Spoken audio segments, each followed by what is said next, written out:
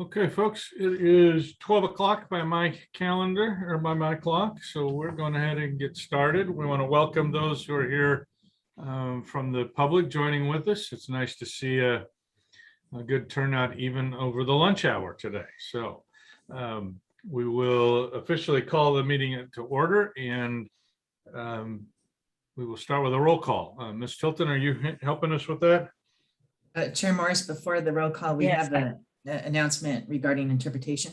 Oh, excellent. Hello, good afternoon, everybody. My name is Carlos Cerecedo, and I'm going to be one of your Spanish-English interpreters today. I'm going to make a bilingual announcement, so all of you will understand first in English what I'm going to say, and then I'm going to make the announcement in Spanish. We have two interpreters today, and we will have two interpreters on every one of the following meetings. One of the interpreters will be interpreting from English to Spanish simultaneously in the Spanish channel for all the Spanish speakers to hear. Everything has been said simultaneously, accurately, and without changes. Then I'll be in the general channel, not on the English channel, but on the general channel. For those participants in Spanish that wish to speak, I am going to allow them to speak and do consecutive interpretation, meaning they'll speak, pause, I will speak in English so all of you understand, and then I will be standing by for all those Spanish speakers. For the Spanish speakers today, we'll ask you to please be ready because I have a prior commitment at 1:30 and I may not be available after 1:30, but we're going to do the best we can. I might or I might not, according to how I'm needed. So now I'm going to express everything I just said in English. I'm going to say it in Spanish so that everybody that is listening in Spanish can also know how the proceeding will be. Thank you. Para todos ustedes, yo soy Carlos Cerecedo, soy el intérprete que voy a hacer la interpretación hoy de inglés al español. Vamos a tener dos intérpretes. Si usted quiere escuchar todo en español, por favor, vaya al canal en español y va a poder escuchar simultáneamente en español todo lo que está ocurriendo aquí en estos procedimientos. Pero si desea usted hablar en español, cuando va a hablar en español, por favor, hable, pause, hable, pause, hable, pause, y yo voy a hacer la interpretación después de en cada pausa que usted haga. Voy a estar disponible hasta la 1:30. Por favor, si van a hacer sus comentarios, traten de hacer los comentarios antes de la 1:30. Es posible que esté yo un poco disponible después de la 1:30, pero prefiero que estén listos para hablar a la 1:30. Muchas gracias, muy amable. Adiós. Thank you, everybody. Now I'm going to close my video and you may go ahead. Thank you, sir. We appreciate your service and support on that. So I think we're ready for a roll call then. Yes, Commissioner Chowski, Present. Commissioner Twiebell, Present. Commissioner McClintock, Present. Vice Chair Turley, Present. Commissioner Bradley, Present. Commissioner Kasef, Present. Commissioner Bray, Present. Commissioner Ochoa, Present. Commissioner Hartman, Present. Commissioner Rios, Present. and Chair Morris. Present. Okay.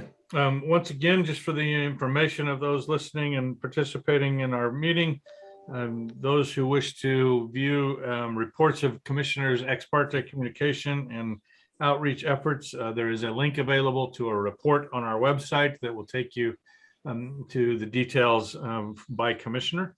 There is also on that website a form for organizations or for recommendations of organizations that would be helpful in outreach related to this program.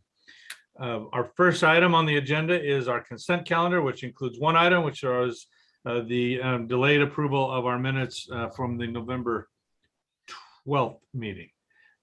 Do we have any corrections or changes to the minutes? I actually just saw a note from one of our guests, one of our audience, indicating that the minutes do not reflect Dr. Gall's presentation. But that would be our November 15th. So that wouldn't be in this, that would be in the next set of minutes. So I think we're okay there. She spoke on the 15th. Is my memory right? Or did she speak on the 12th? It all blurs. Andrea, I think you're trying to find your mute button. I believe she spoke on the 12th. She spoke on the 12th. So we need to add notation to the minutes apparently to reflect that. Any other corrections to the minutes?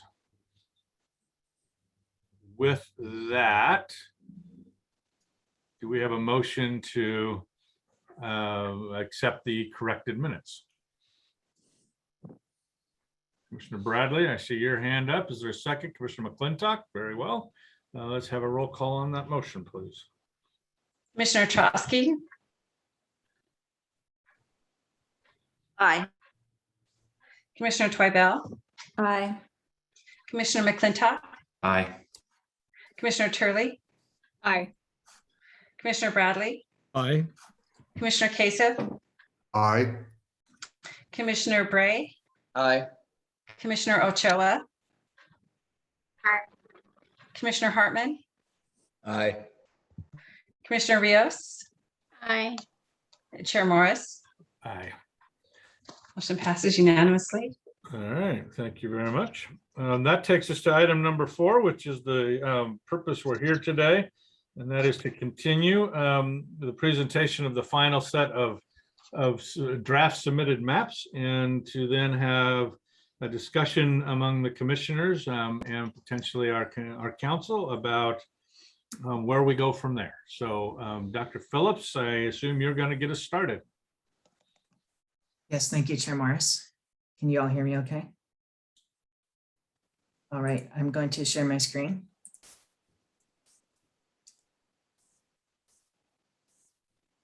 And hopefully you can see this title slide. All right, so let me begin with a reminder of the criteria that this commission is required to follow.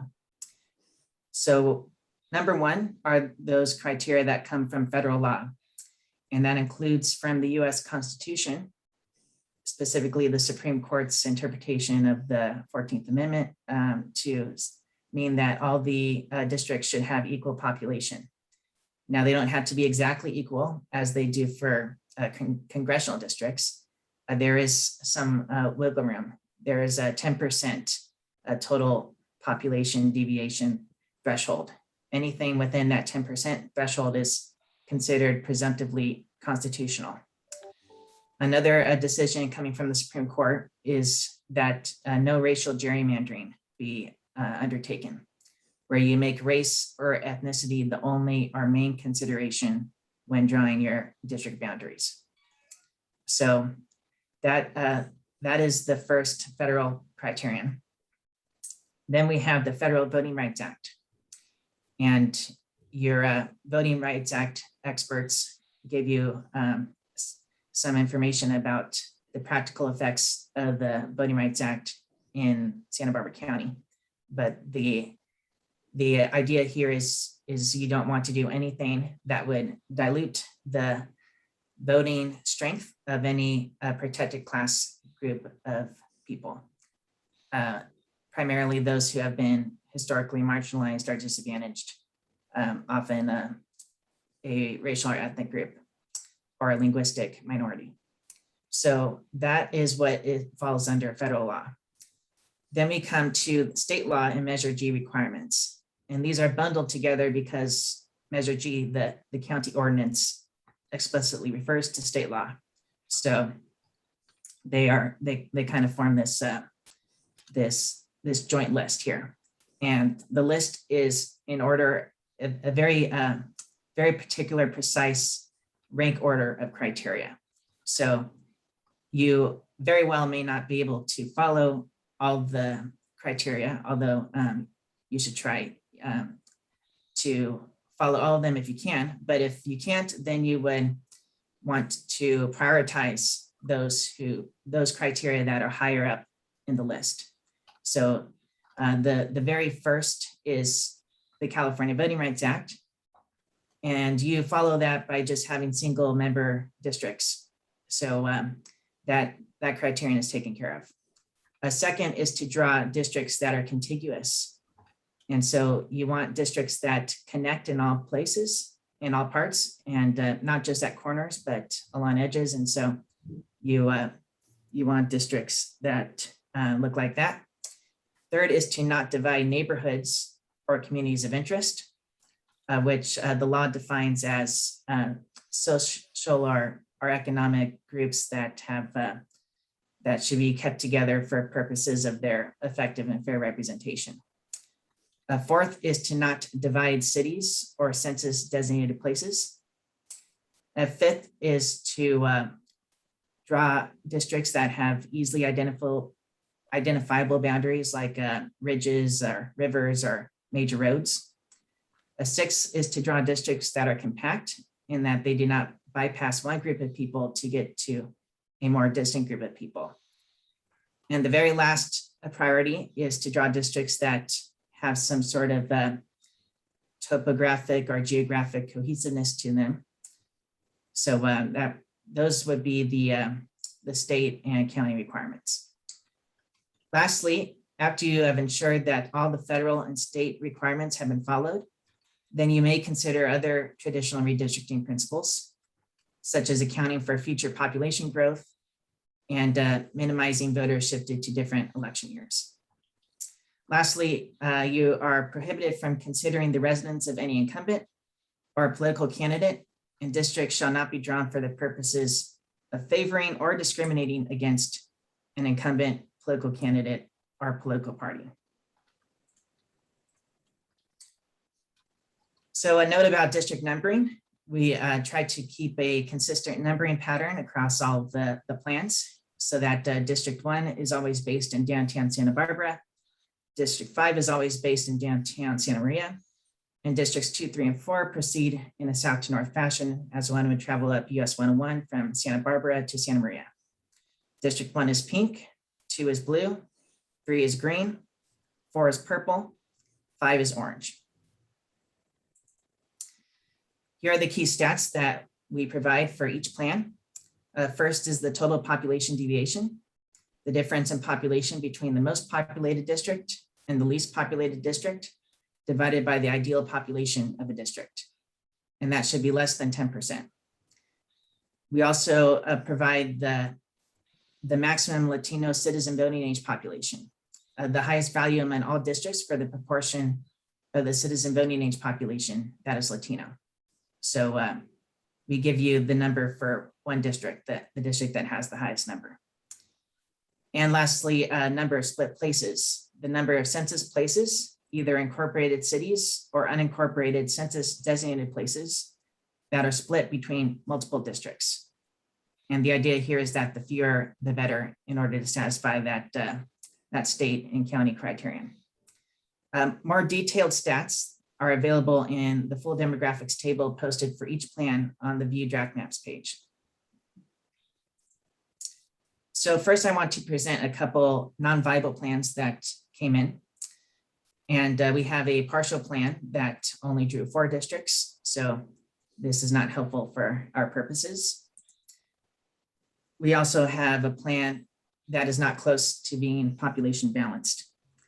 And here the total population deviation was 38%. As you can see, all of the South Coast is fit into 2 districts when actually it needs to include part of a third. So that leads us to the viable plans, and they are grouped as so. And we've discussed this grouping in previous meetings, but as a reminder, we're basing it off of where the plans place Guadalupe and Isla Vista. So first we consider the question of where Guadalupe is placed, and we divide the plans into 6 groups. And you can see we have the group labels and where Guadalupe ends up under each of those groups. And you'll see that the total is an even 100 of viable plans. Then we have the further subdivision where we group plans according to where they place Isla Vista. And so you'll see that we have 6 subgroups here. So at today's meeting, we're going to present plans that have that came in past November 10th, but still prior to the November 12th noon deadline. We were strict about the cutoff, so there were some plans that came in just after noon, but we wanted to stay true to the deadline that was decided on. And so these are all the plans that came in prior to the deadline. We have plans that were in five of the 7 groups, or yeah, 5 of the 6 groups. There are no plans that came in Group E. So we have plans from Group A, B, C, D, and F. So first we'll talk about Group A, those plans that join Guadalupe with Santa Maria. And there were 6 plans that came in at the end that were in this group. So Guadalupe with a good chunk of Santa Maria. So we had one plan which split many places, 10 places. And so that would run afoul of the criterion for splitting a few places. Then we have one plan that was in subgroup 3 where it links Isla Vista with Goleta. So you can see here that this plan 825 drew a Goleta Valley centered district, and then a Santa Barbara, solely Santa Barbara district. So here are the key features of this plan. The population deviation is very low. It's 0.4%. It keeps Santa Ynez Valley whole. It keeps Goleta Valley whole. It keeps most of Santa Barbara together. Just some of the hills on the northern edge are kept out. It keeps central Santa Maria together, the area around Main and Broadway. And it unites a foothill mountain fire concern type community of interest. It could split fewer places. It splits 6. It does split Lompoc Valley, also not just the valley, but the city itself.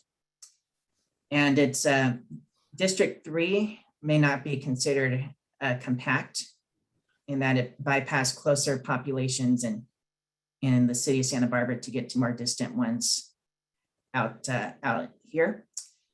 And you might say District 3 lacks cohesiveness, but that would be the very last priority. So that brings us to subgroup 4, those plans that join Isla Vista with Lompoc. Again, we're still talking about plans that join Guadalupe with Santa Maria. So within that group, the subgroup that joins it with, that joins Isla Vista with Lompoc. So we have 4 plans here, 2 of which split many places. So for the sake of time, we're going to consider 2 remaining plans, that those being Plan 821 and 821B. So 821B is a derivation of 821. These plans are very similar, but the latter plan, 821B, has a lower population deviation, and it splits fewer places and communities of interest. So I will focus on analyzing that. So as I said, the population deviation is quite low. It splits only 3 cities, the 3 larger cities of Goleta, Santa Maria, and Santa Barbara. It follows natural boundaries like the ridge of the Santa Ynez Mountains and these ridges between the valleys here. It keeps Lompoc Valley whole. It keeps Santa Ynez Valley whole. It keeps most of Goleta Valley together, with the exception of Isla Vista and a portion of Southwest Goleta. It keeps central Santa Barbara together. So the west side, downtown, and east side are all together. It links renters who live in Isla Vista with those who live in Lompoc. And it also links the more transient populations of college students and military service people. And it keeps Santa Ynez Valley separate from Isla Vista. And the cities it does split, it splits in minimal ways. But it does divide the Santa Ynez River watershed between districts 3 and 4. So now I'm going to turn to plans that join Guadalupe with Santa Maria, with parts of both Santa Maria and Orchid. And there are 3 plans, 3 late arriving plans that were in this group. And all of them linked Isla Vista with Lompoc. And all of these plans had issues of concern when it comes to potential voting rights compliance, in that 804B and 826 do not have a majority Latino citizen voting age population district. And 802B does, but it's just barely so at 51%. And so, this is kind of the consequence of having a district that takes in parts of both Orchid and Santa Maria, especially central Santa Maria, is you get this, what might, and again, your council and voting rights experts can confirm this, it might qualify as a dilution of the vote. So now we come to Group C, which are plans that group Guadalupe with Orchid.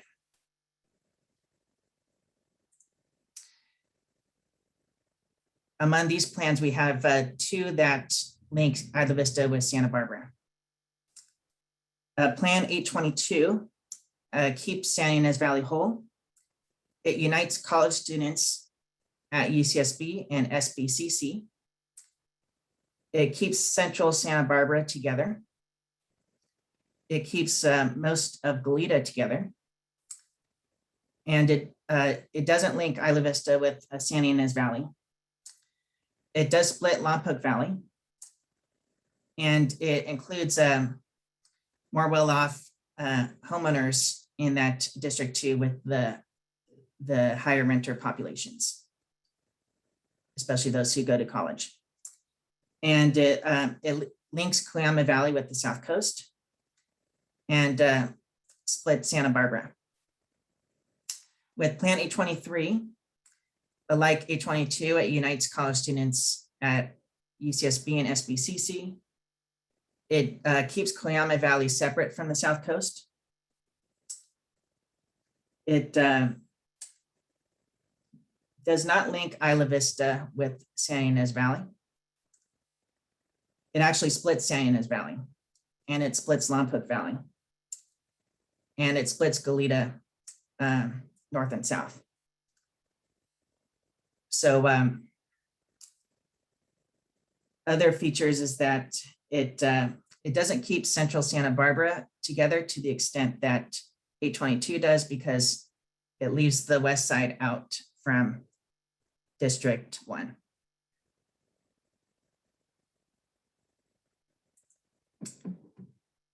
Now we come to Plan 827. This plan keeps Santa Ynez, and this is a part of the subgroup where Isla Vista is connected with Lompoc. So there's only, in this case, Santa Ynez Valley is kept together, and it links renters who live in Isla Vista with those who live in Lompoc. And in this case, it keeps central Santa Barbara together, the west side with downtown and the east side. But it could split fewer places. It does split Lompoc Valley. It splits the city off from the communities to the north. It splits Santa Barbara. It splits Goleta. It links Cuyama Valley with the South Coast. And it links Isla Vista with Santa Ynez Valley. So now we turn to Group D, which is Guadalupe linked with Lompoc. And there are 2 plans in this group. And they both link Isla Vista with Santa Barbara. 824 has a pretty low population deviation. It keeps San Ynez Valley whole. It keeps Lompoc Valley whole mostly. There's a chunk of Mission Hills that gets cut off and some of these rural areas around Lompoc. It keeps Coahoma Valley separate from the South Coast.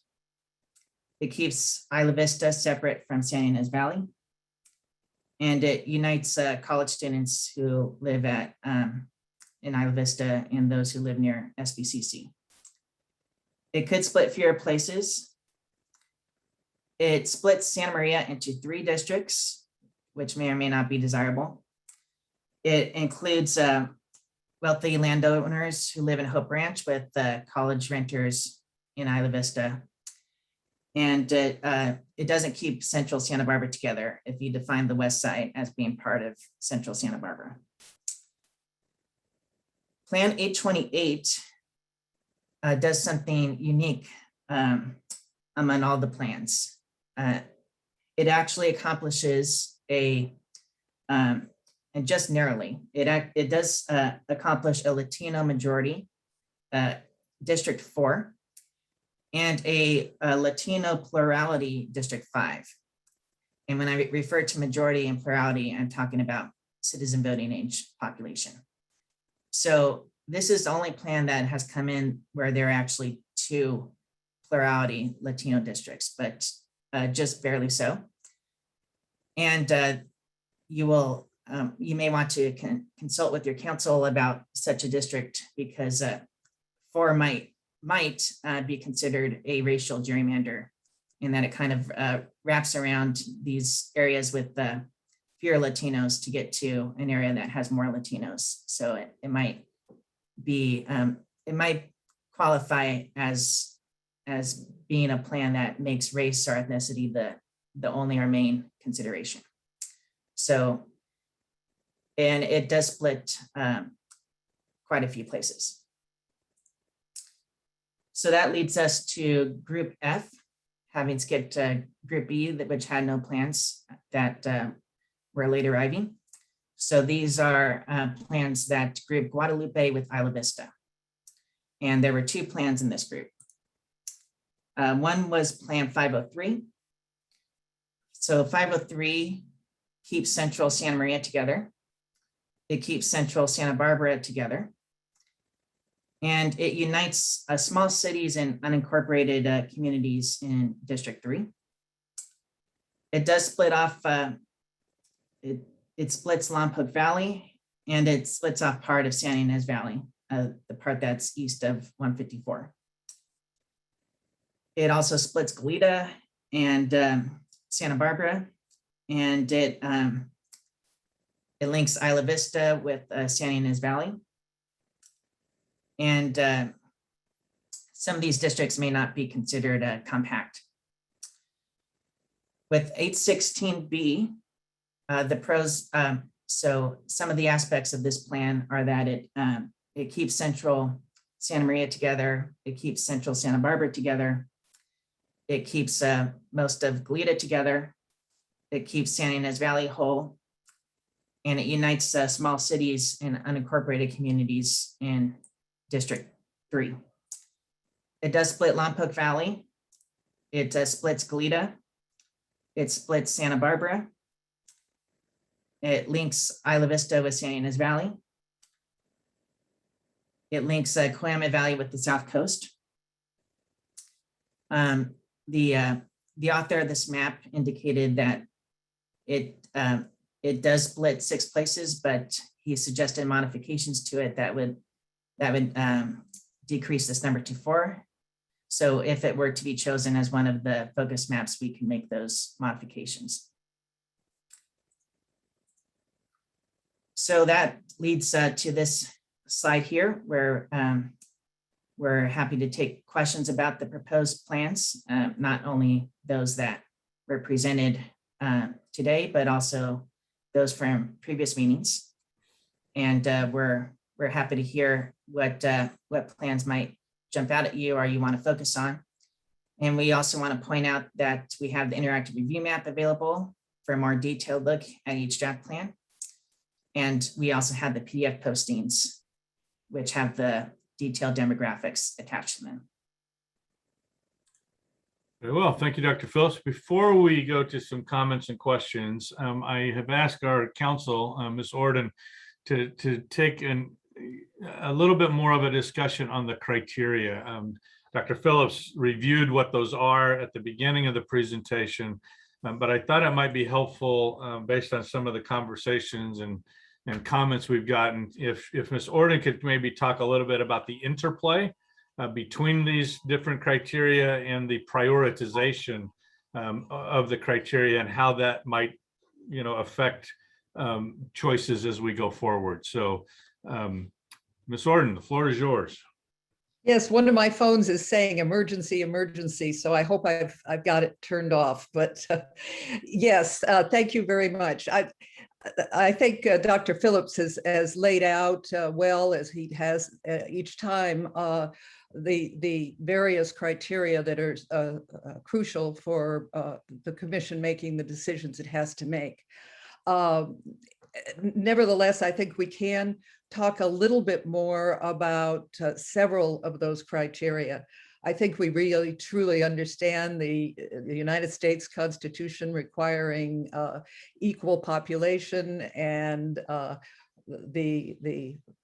also the fact that the Constitution says that race cannot be the predominant reason for including or excluding a significant population. And I think we felt that, and we've talked about it a great deal. Similarly, there is the Federal Voting Rights Act, which the commission is going to hear a great deal more about on Monday. That section 2 is going to guide us in terms of the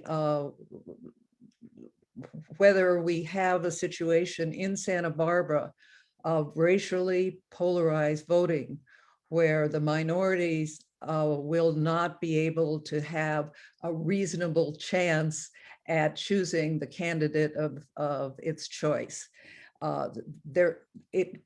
That type of analysis is much more complex, and particularly complex in Santa Barbara, because in one of the districts, which is District 5, we have not had contested elections for the supervisor since 2010. So that analysis is being done right now by Dr. Megan Gall, and we'll have a much better sense of whether we do see racially polarized voting in Santa Barbara, and we'll be able to measure that in terms of the mandates of Section 2 to create districts. There's some of the other criteria that I think we should talk a little bit more about, and I'm happy to answer more questions, are the interaction between two different directions. We get directions that the geographic integrity of any neighborhood or community of interest shall be respected in a manner that minimizes its division, keeping communities of interest together. That's one of our mandates. There also is a mandate that says it's slightly lower in the tier of mandates, but there is the mandate that also says geographic integrity of a city or census designated place shall be respected in a manner that minimizes its division. So you have two mandates which tell you ought to minimize the division, both the division of a community of interest and a division in a community such as a city or a town. The problem, of course, is what is a community of interest? And it is one of the most difficult of all of our provisions, I think, to define. The language says between our new second district, the first district, and the third district. The new second district is anchored on the west by the UCSB Isla Vista community and on the east by Santa Barbara City College, and it represents a coastal corridor of educational centers and high-tech industry. We kind of think it would be the Silicon Coast of Santa Barbara County. It really deserves a supervisor dedicated to acting in the best interests of the educational, student, and technical communities. This new second district would do so. It is also minority majority. In the end, we think our MAP 404 goals were met. Communities restored to their proper orientation, minority representation aligned with census data, with 3 out of 5 minority majority districts ready to support the needs of county residents in a much more balanced and defensible manner than maps created such as 801 and those like it. Thank you very much for your consideration. Thank you. We will go next to J.L. Duncan, followed by George Reles. And again, if you could begin by identifying the map and then pause until we get it up on the screen. Chair Morrison, Commissioners, this is Lansing Duncan. I'd like to speak about map 816B. Very well, give us one moment.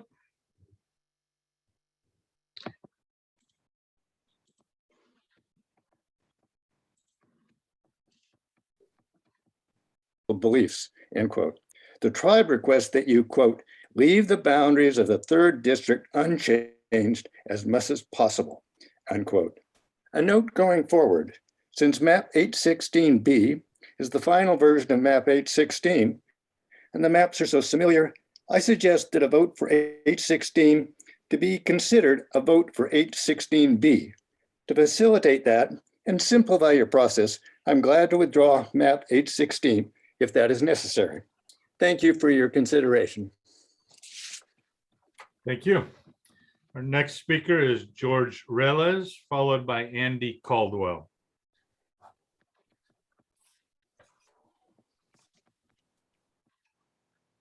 Pardon me.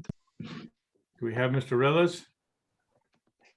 Seems to not have made the jump across the wall. Yeah, stand by. I've got to find him here. Okay.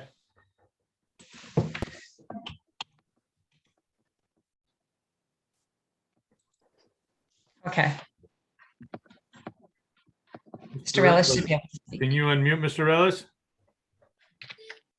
Now can you hear me? Now we can. Which map would you like to speak to? I would also like to speak to map 816B.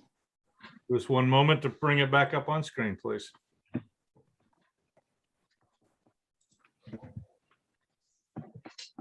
Go ahead. My name is George Reles, and I'm a longtime Goleta resident, and I've voted in every supervisorial election for over 30 years and looking forward to voting in the upcoming 2022 election. Now I'm concerned that I could be only one of many who will be moved to a district that is on the 2024 voting cycle. That would mean our voting rights would be delayed for 2 extra years until 2024. And during that 2-year delay, we'd be served by a supervisor we did not have a chance to vote for or against. The total harm to voters will depend on how many people you move to another district. So as you consider all the important criteria for choosing a new map, please ask staff to provide for each map the number of people moved to a different district. If not for all of them, then certainly for the finalists you choose. I draw your attention to map 1816B that you reviewed today. By being based on the 2011 districts that served us well for a decade, it moves only the very smallest number of people. Since your level 3 criteria, other traditional redistricting principles, lists minimizing voters shifted to a different election years, I wish this had been pointed out in the review of 1816B. I want to add that map 1818 similarly satisfies most, if not all, of the redistricting requirements while keeping districts 1, 2, and 3 quite stable in terms of movement of population. And for all the reasons already stated by so many, please do not move UCSB and Isla Vista residents to another district. I want to add my voice to the many saying that Goleta has had 2 supervisors for as long as we can remember, and there's little or no support for putting all of Goleta into a single district. Thank you so much for all your hard work. Thank you. Our next speaker is Andy Caldwell, followed by Ian Bakke. Chair Morris, members of the commission, I would like to draw your attention to Plan 817 that nobody likes. Just 1 second to switch the screen. And you're up. Go right ahead. This map has gotten absolutely no support from anybody, which is actually a sign that warrants your attention. What is it? It is a compromise map. It draws on what the city of Santa Maria and the North County wanted, keeping all of their communities whole. And then it draws on what the South County wanted by keeping putting the college districts together and actually splitting Goleta and Santa Barbara into 2 districts each, which is what they said they wanted. The compromise that everybody hates is, instead of splitting Lompoc, which many maps do, the city of Lompoc plus the Lompoc Valley, this one splits IV. And I beg the question, why is it okay to split Lompoc but not IV? I want to draw your attention to something else that was said today, that map 828 potentially represented racial gerrymandering. Well, what does that say about map 801, the cause map? Hazel Davalos admitted in her testimony earlier this week that the primary reason for 801 was racial, in terms of a super packing the 5th district with Latinos. One other point about racial polarized voting in the 5th district. Explain how Salud Carbajal is our congressman. Joe Centeno was elected out of that district, and all 5 city council members in Santa Maria are Latino. All 5, that's the only council I think in the whole county that you can say that. And yet they're trying to say that because Steve Lavanino is white or Jordan Cunningham won that there's racial polarized voting, when all 5 city councils are Latino, and Salud Carbajal won that district, and he won Jordan Cunningham's district. So I think that expert you've employed is looking through a keyhole and not looking at the broader picture of Salud Carbajal's win plus the 5 Latinos on the city council. And one final point, Director Phillips has eliminated those maps under 50% when it wasn't our fault they're under 50%. That was the District R map error, not our error. Thank you. Thank you. Next speaker is Ian Bakke, followed by Lee Heller. Good afternoon, Chair Morris. If you could pull up map 821. 821.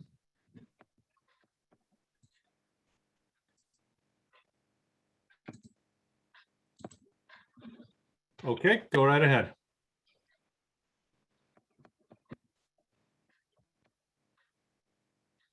Oh, did we lose Ian?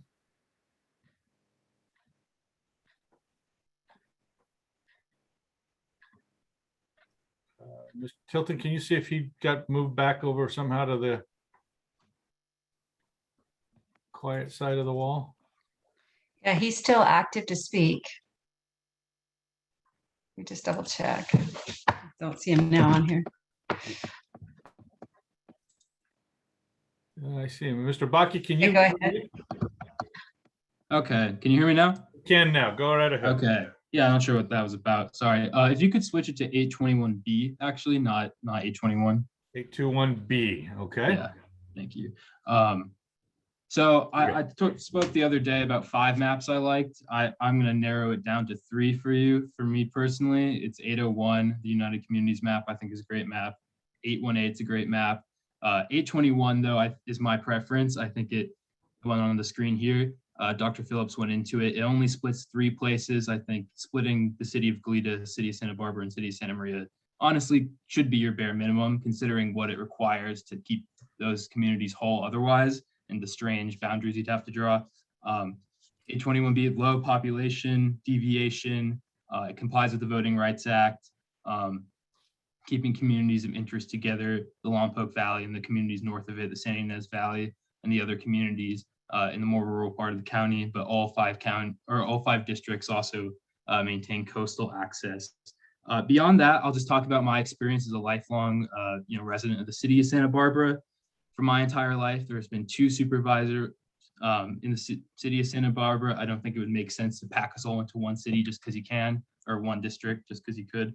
But I do think it's super important that the west side of Santa Barbara stay with downtown Santa Barbara and the east side of Santa Barbara. These are the most predominant renter neighborhoods in the city, the densest neighborhoods, the neighborhoods with the highest diversity. And it would be a real disservice to the community to draw a line based off the freeway in a district. I'd also talk as a recent graduate about this idea of a college district. There are more than just 2 colleges on the South Coast. There's also Westmont, there's also Antioch University, there's also Fielding University.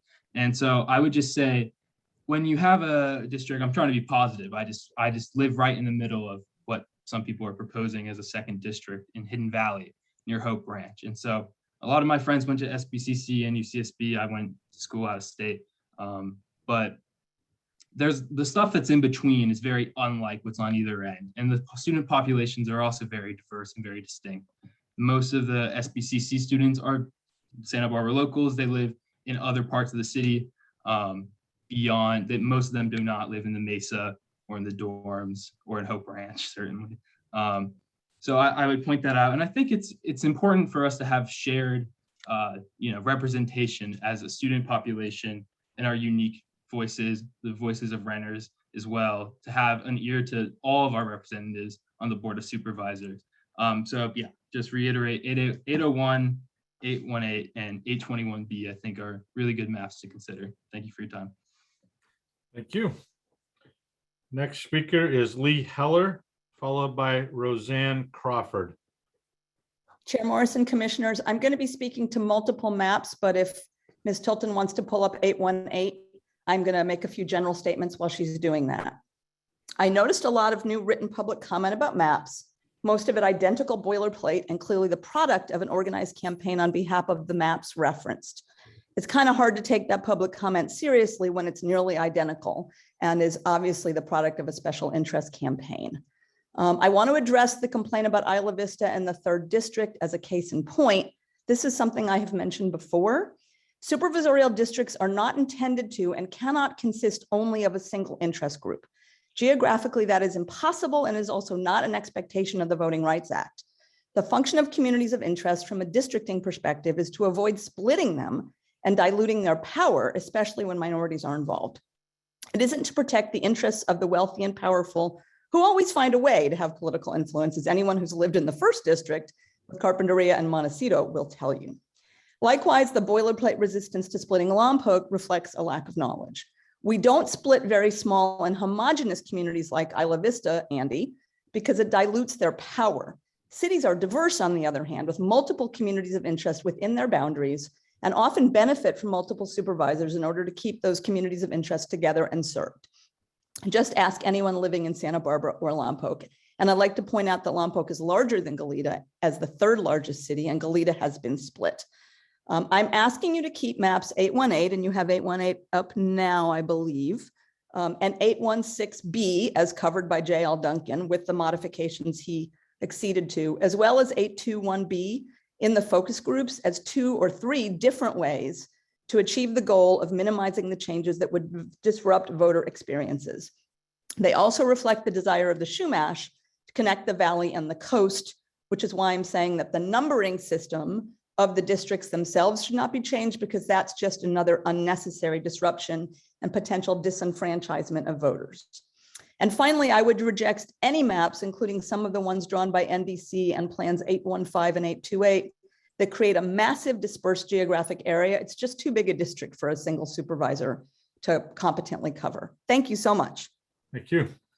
Before we move to our next speaker, our interpreter, Mr. Saracedo, your hand is raised. Did you need something, sir? No, I do not. Okay, your hand was raised, so I just wanted to double check. I must have made a mistake. No worries. My no apologies. worries. Our next speaker is Roseanne Crawford, followed by Rebecca Gowing. Hi, Roseanne Crawford here. If you could please bring up maps 404 and 408B, please.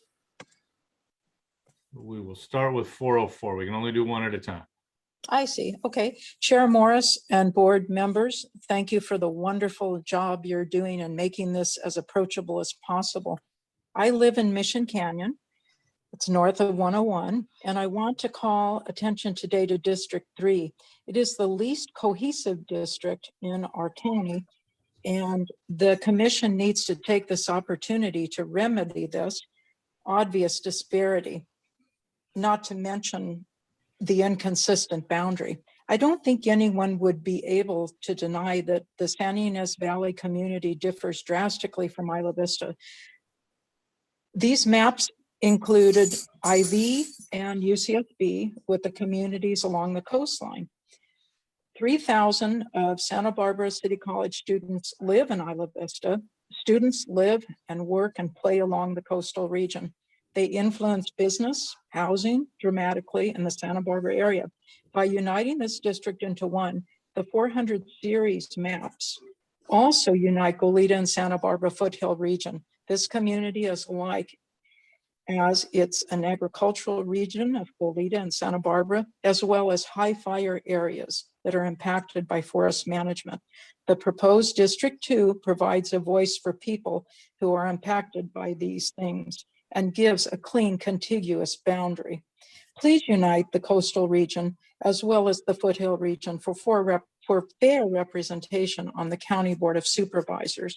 And lastly, I'm really pleased that it was clarified that using race or ethnicity as a consideration is a violation, and adjusting boundaries is to accomplish this is gerrymandering. And thank you for your excellent work. Thank you. Our next speaker is Rebecca Gowing, followed by Nelda Martin.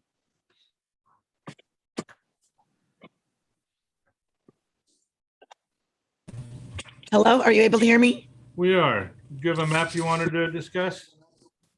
Yes, 408B. Okay, Although good. there's several maps I'm going to recommend. Okay, well, we'll bring up 408B for visualization. Very good. Go ahead. And it basically accomplishes the goal that we'd like to see in the San Ynez Valley, which is gets Isla Vista down where it belongs on the other side of the mountain, and with more like communities. It's a beach community, college community, where San Ynez Valley is basically ranches, farmers, and horse properties. And I did hear some comments, excuse me, in previous talks about, you know, the Hope Ranch having too much high-end value so that it doesn't fit with IV. Well, I don't see any difference between that and San Ynez. San Ynez has a lot of high-end value as well. So it makes a lot more common sense to keep Isla Vista down where it belongs in the beach community of the Goleta area. And based on that, I want to just say that my support would be of the 404, 408B, and 407 maps. Very good. Our next speaker is Carol Greger, followed by Lawanda Lyons Pruitt.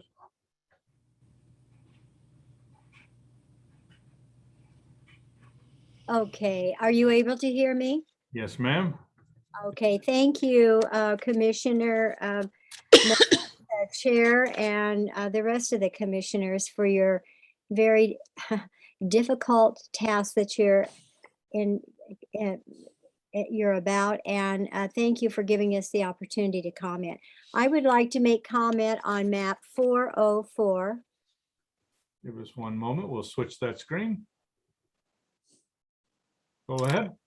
Okay. As you know, it has a population deviation of 9.8%, CVAP Latino 58%, splits 5 times, and Guadalupe, Orchid, and a portion of Western Santa Maria are together. San Ynez Valley stays together. Cuyama is easily accessed, much more easily accessed from District 5, and that's a positive there. IV remains with college communities nearby, and all of this results in 3 minority majority districts. versus one large language minority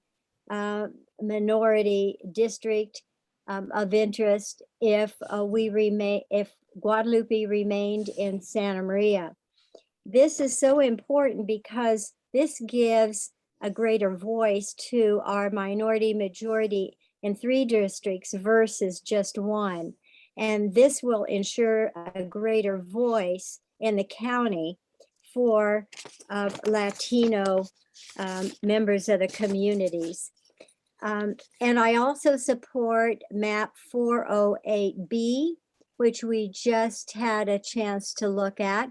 And it's very close to map 404.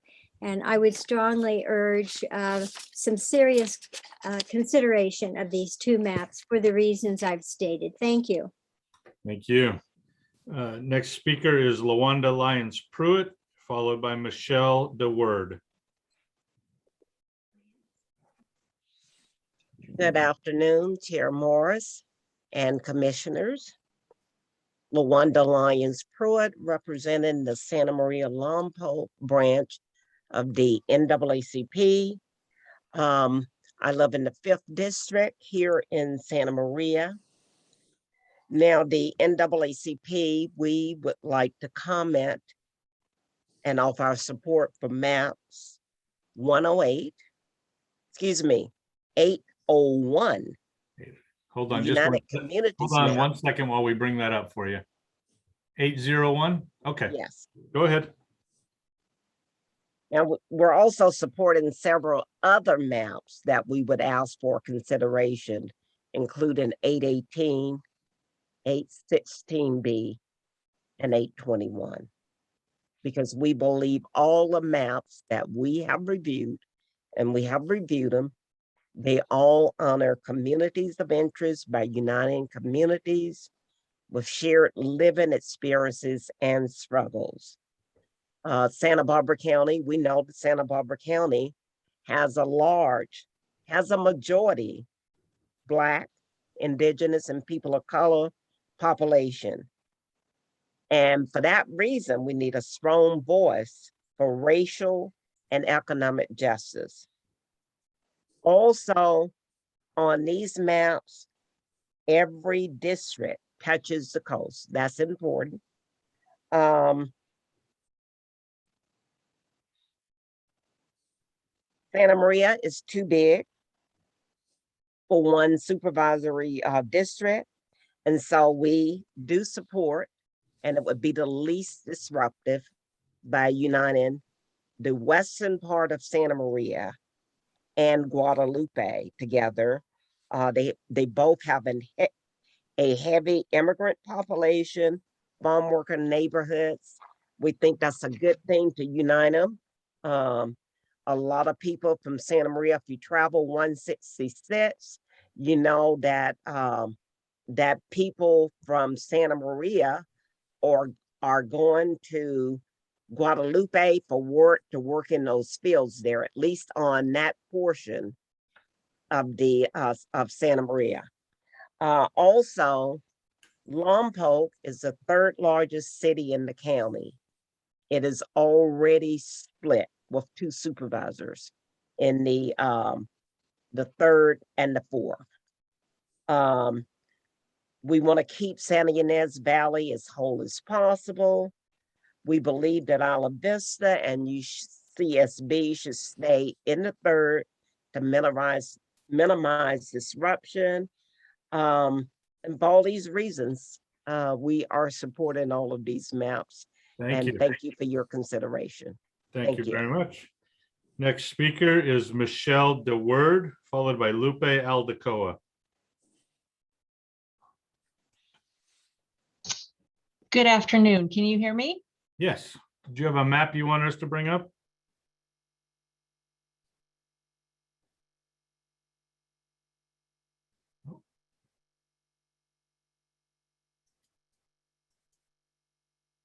Michelle, looks like your mute got turned back on. Can you unmute again?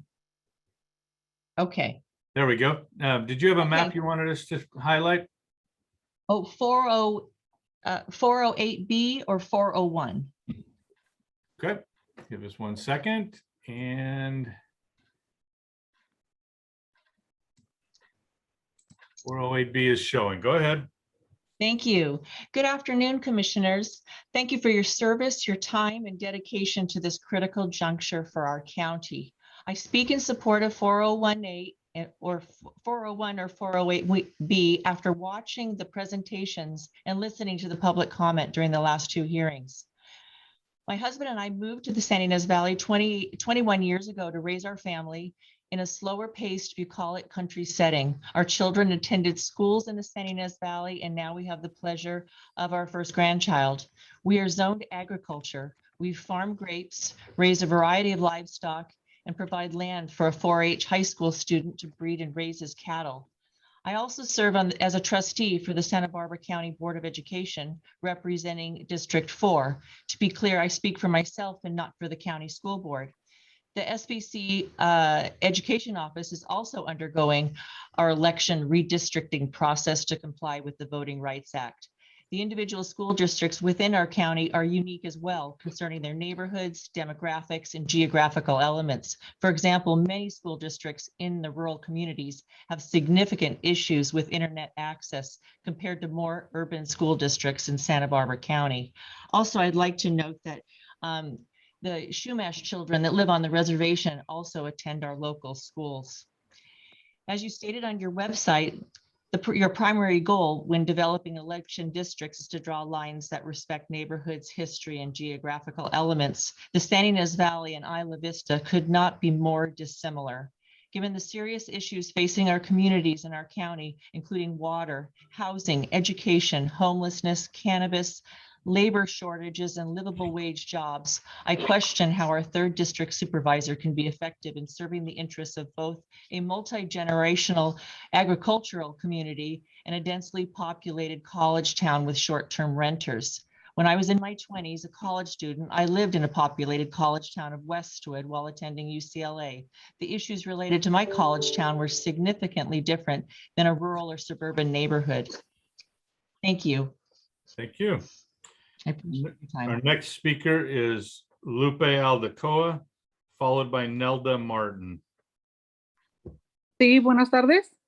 ¿Me escuchan? Señora, un momento, por favor. Pues yo voy a hacer la interpretación. Hable en español y haga una pausa, así puedo interpretar. Gracias. Adelante. Ok, buenas tardes. Mi nombre es Lupe Aldecoa. Good afternoon. My name is Lupe Aldecoa. Y yo apoyo al mapa 404. And I support map 404. Apoyando mi comunidad. Supporting my community. Y estoy aquí de nuevo para expresar que me opongo y no apoyo y estoy en contra del mapa caos. And I'm here to say that I'm against and I do not support the map presented by CAUS. Todos hablan del mapa, pero ese mapa no nos ayuda en nada a los latinos. Everybody talks about the map, but that map does not help us at all, us Latins. En el condado de Santa Bárbara. In the county of Santa Barbara. Ese mapa dará a nuestra comunidad en un solo distrito. That will put our community in all one district. Y limitará nuestra voz en todo el condado. It will limit our voice throughout the whole county. Necesitamos una representación más amplia. We need a amplier or ample representation. Que haga valer nuestros votos. So that, ¿puede repetir eso, por favor? Que haga valer nuestros votos. That make our vote value. Por favor, consideren los otros mapas presentados. Please consider the other maps that have been presented. Que brindan a nuestra familia y nuestra comunidad esa oportunidad. That will give our families and our community that opportunity. Apoyo mapa 404. Muchísimas gracias a todos. I support map 404 and thank you very much to all of you. Thank you. Gracias a usted. Our next speaker is Nelda Martin, followed by Catherine Flaherty. Hello, this is Nelda Martin, and I'm calling in support of map 401, 404, and 408B. Good afternoon, commissioners, and thank you for your service to the people of Santa Barbara County. You're in my thoughts and prayers. I retired and moved to the Central Coast a few years ago, and I live in Los Alamos, District 3. I have to tell you that living in the Santa Ynez Valley is a dream come true, serene and steeped in history. I've explored the Santa Barbara County from the beaches of Santa Barbara City and all the way to Rancho Guadalupe Dunes. I do business in all of the cities: Santa Barbara, Goleta, Lompoc, Santa Maria, Orcutt, Buellton, Solvang, Los Olivos, and Santa Ynez. Just this week, for the first time, I visited Isla Vista. I had the opportunity to take my grandson to the Sea Outlook Park for his weekly tides class. He's learning about marine life. The contrast between urban living in Isla Vista and Santa Ynez Valley is pretty obvious. I've never seen so many skateboards, scooters, and bicycles in my life. There are nearly 3,000 students that live and rent there. And as well, this UCSB students work and live in that area.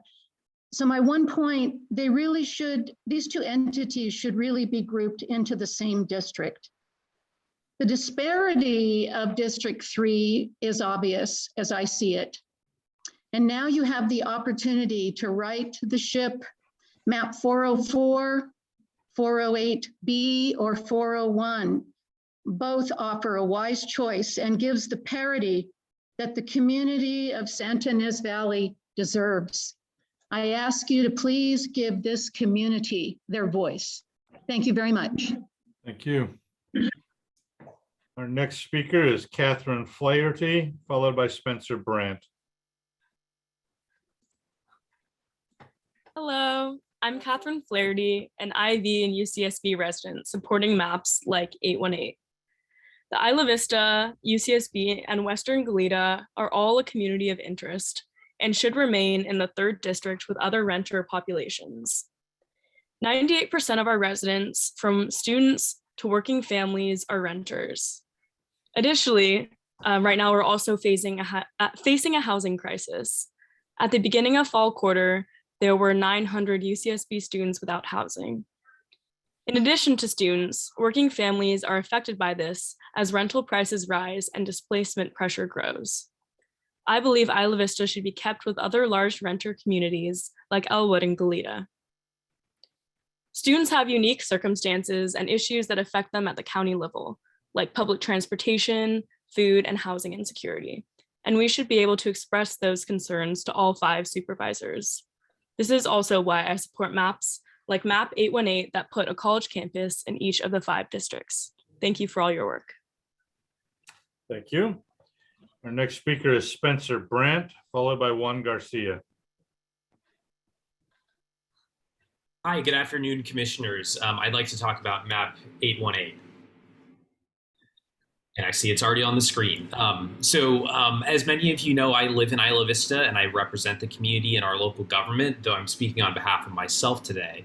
I've had a chance to look over all the maps. I think there's a lot of variety of good approaches, but I think that the approach here is the best one because I think it balances the desire for incremental changes that are necessary while also minimizing the change in election years for the majority of voters. And it keeps communities of interest together in a way that I think makes sense. I've spoken in the past about how it's so important to keep the university campus and the off-campus student housing together, as well as to group us with areas like Elwood, where there are similar populations of UCSB staff and Isla Vista Elementary School families.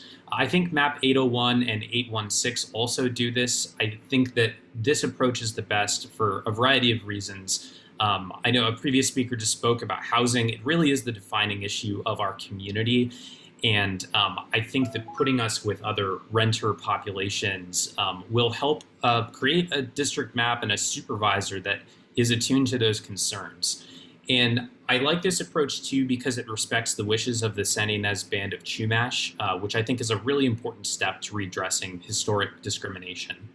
Other things in this map are that it pairs Guadalupe with Santa Maria, which from what I can tell seems to be the majority opinion.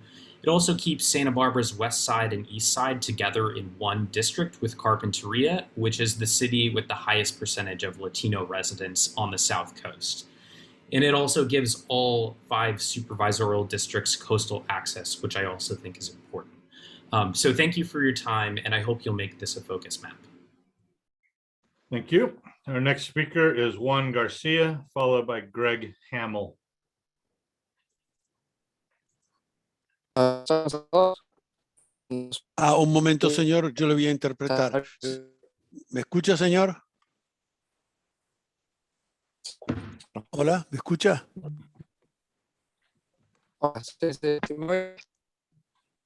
I'm having difficulty hearing. ¿Me escucha ahora? Sí, ¿ustedes sí me escuchan a mí? Sí, ahora, por favor, hable en español, haga una pausa y yo voy a interpretar para usted. Gracias. Muy bien. Buenas tardes a todos. Mi nombre es Juan García. Good afternoon to everyone. My name is Juan Garcia.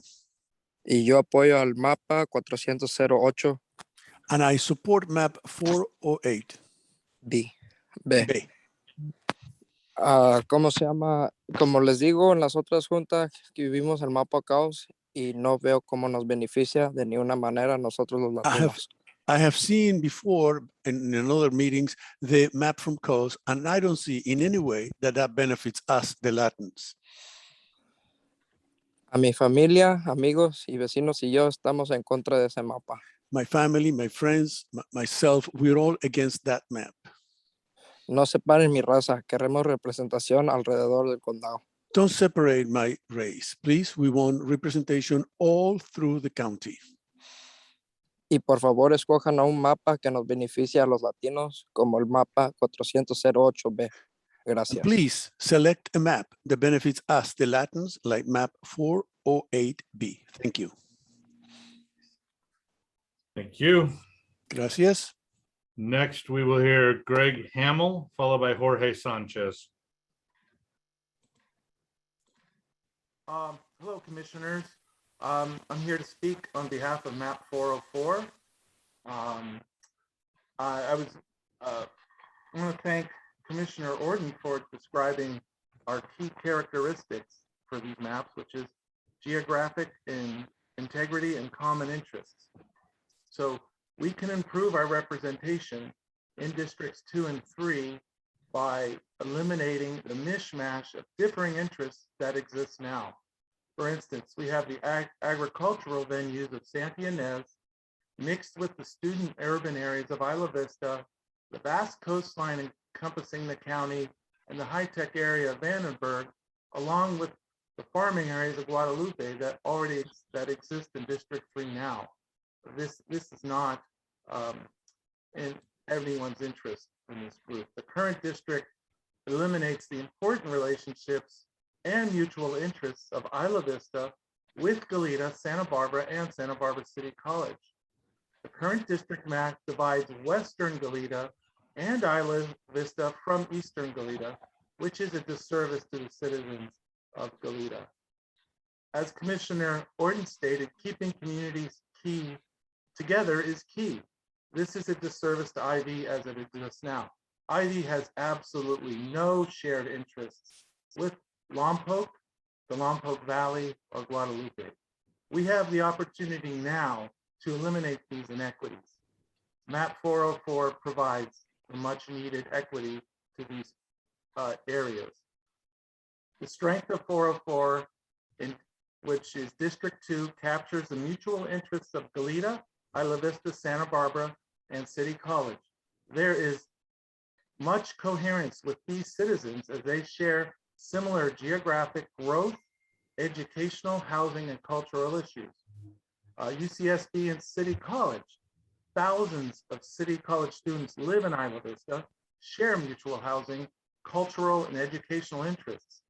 UCSB students work, live, visit, and spend time in Santa Barbara. They seldom travel to Lompoc, Santa Ynez, or Guadalupe. City College is a strong feeder school for UCSB. Each year, hundreds of students transfer from City College to UCSB. Lompoc Valley and Guadalupe keep their common geographical, cultural, and rural interests outside the urban areas of Isla Vista with map 404. Thank you. In summary, we need to unite the educational areas, the coast regions, the Lompoc Valley, as well as the foothill regions of South County for equitable representation on the County Board of Supervisors. Thank you. Sure. Next, we will hear from Jorge Sanchez, followed by Janet Flores. Good afternoon, I'm Jorge Sanchez. Could you guys hear me clearly? Yes. Okay, first and foremost, thank you very much for all the things you guys showed us today. It was very educational. Mr. Sanchez, can I interrupt you just real quickly? Do you have Yes. multiple devices on at the moment? No, just one. Okay, we were getting some feedback there, some echoing, but go ahead. Sorry. Did you have a map you wanted to pull up? I'm sorry. Yes, I support map 404. Okay, go right ahead. Yeah, but above map 404, I'm here again today in support of the letter received by the commission on Thursday. Nearly 100 community members signed on to that letter in opposition of map 801 submitted by CAUSE. It appears they want a major Latino district, but as we all seen in the past, if you take a group of Latino voters and put them all in one district, you diminish their political clout everywhere in the county. I said this Monday, I'll say this again, Latino voters would be heavily overrepresented in that one district, but on the other hand would be significantly underrepresented everywhere else. This would make it easier for candidates in another district to disregard the concerns of Latino voters completely. I voted for this independent redistricting commission, and it is my hope you make the right decision. Please give Latinos all over the county a true voice, such as map 404, and I also support map 408B. Please do not consider the cost map. Thank you. Thank you. Our next speaker will be Janet Flores, followed by Carlos Santos, my apologies.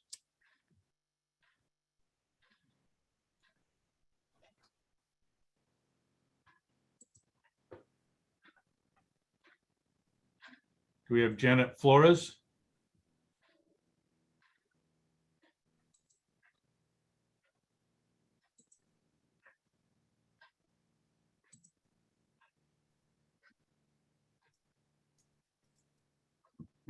Flores, it looks like your mute is still on. Is there a way you can turn that off or activate your microphone?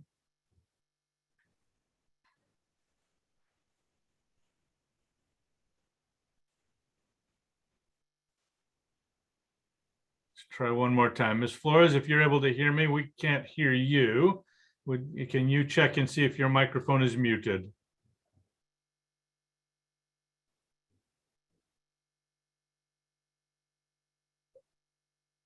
Okay, Ms. Tilton, let's put her back in the queue, and we'll try again after a minute see if she can clear up the technology. We will go on to Carlos Santos, followed by Maria Lopez. Hello, can everyone hear? Yes, sir. Oh, well, we lost you. Hang on. Okay, I think I'm back. You're back. Which map would you like us to highlight? I support map 404. Very well, go ahead. Okay, good afternoon. I would like to once again verbally, I oppose the cause map. Research has shown how majority minority districts do the exact opposite of what they're intended to do. And do not segregate my Latinos into one major district. Please ensure our voices matter and are heard throughout the county. Do not consider the cost map. Thank you for your time. Thank you. Next is Maria Lopez, followed by Alan Ebenstein.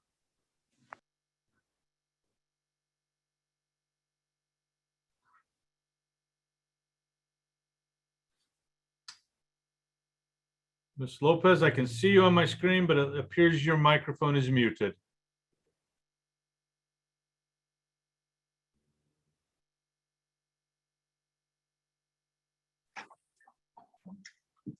Go ahead. Hi, hello. Yes, go ahead. Did you have a map you want us to highlight?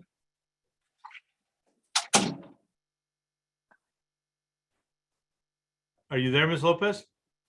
Hi, I'm so sorry about that. Yes, 404. Okay, I am go in ahead. support of 404 or 408B. Okay. My name is Maria Lopez, and again, I support map 404 and 408B. Once again, I'm here to oppose the cause map. I would like to let everyone know that packing minority constituents into a majority minority district leaves fewer members of Congress with electoral incentives to be sensitive to minority concerns.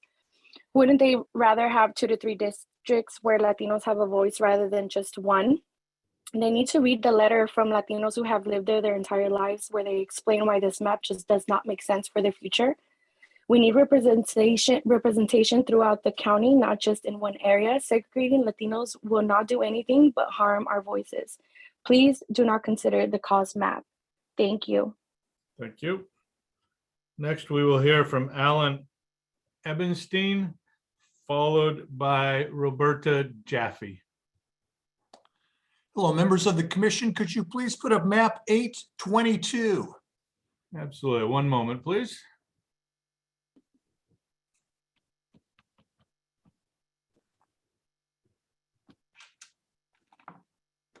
Very well. Thank you. Members, I hope you will give map 822 careful consideration and include it among the maps that you want to take a further look at. I think it addresses many of the issues that are raised by speakers across the political spectrum. First, this map has among the lowest population deviations in supervisorial districts, less than 1%.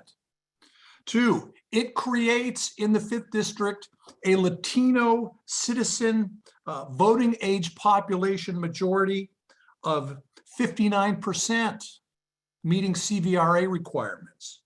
It splits few communities. I think too that if you'll notice, I think that a real disadvantage is when there are a few districts with almost all the land in the district, the territory, and then a few districts without anything. The 4 districts that you see here are almost equal in size geographically, and the 2nd district includes the Channel Islands. It's valuable when all of the supervisors have incorporated, unincorporated, urban, and rural areas that they're responsible for. I think it leads to stronger community identity. New Cuyama and Cuyama in the 1st district has worked well in the past decade. With respect to the issues of Isla Vista UCSB and Goleta, this map places all of Goleta in the 2nd district and all of Isla Vista, it places all of Goleta in the 3rd district and all of Isla Vista UCSB in the 2nd district. I first lived in Isla Vista 60 years ago. I'm very opposed to Isla Vista being districted into the 3rd district where it does not have common interests. So almost all of Lompoc is also in the 3rd district. Please consider map 822 as among the districts that you take a closer look at in the next phase of this process. Thank you. Next will be Roberta Jaffe, followed by Yolanda Rodriguez. Good afternoon. Can you hear me? Yes. Hello. Thank you, Chair Morris and commissioners for this very important work. I'm a 28-year resident of the Cuyama Valley, and I'm not referring to any specific map because in all the maps, Cuyama is all over the map. It shows up in District 1, District 3, District 4, and District 5. And while our population is insignificant and we can probably fit into these different districts, it really matters to the Cuyama Valley what district we end up in or what districts we end up in. When I moved here 28 years ago to literally the middle of nowhere, I was very surprised to find out that the Cuyama Valley, that there are 4 counties that have jurisdiction over the Cuyama Valley, and that we had 2 supervisors in Santa Barbara County. Over these past 10 years, I've been working very closely with both District 1 and District 5 about our most important issue, which is that we're the only critically overdrafted groundwater basin in Santa Barbara County. And because of that, our interactions with both Ventura County and San Luis Obispo County are very important. And so us being part of District 1, which includes the Ventura County boundary, and District 5, which includes the San Luis Obispo County boundary, really meets our needs as we deal with this critically overdrafted basin. So I would appreciate you considering maps that consider this and keep us in District 1 and District 5. Thank you very much. Thank you. Yolanda Rodriguez, followed by Antonio Ramirez. Hello, I support map 404 and 408B.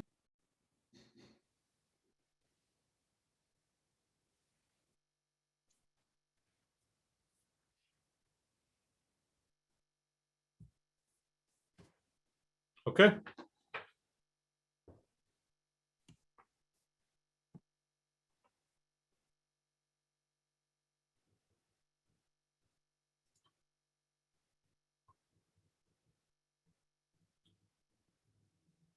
We lose Yolanda?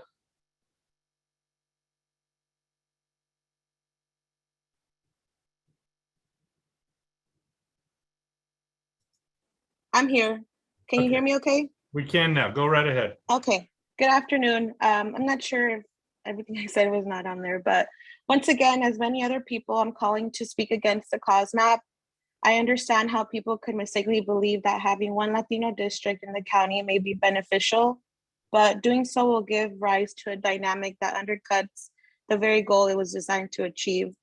Latinos would lose their voice in the county and would be limited to one segregated district. Please consider the Latino letter written against the cause map and help the Latino voice be heard throughout the county. Do not consider the cause map. Thank you. Thank you. Antonio Ramirez, followed by Lorena Gonzalez.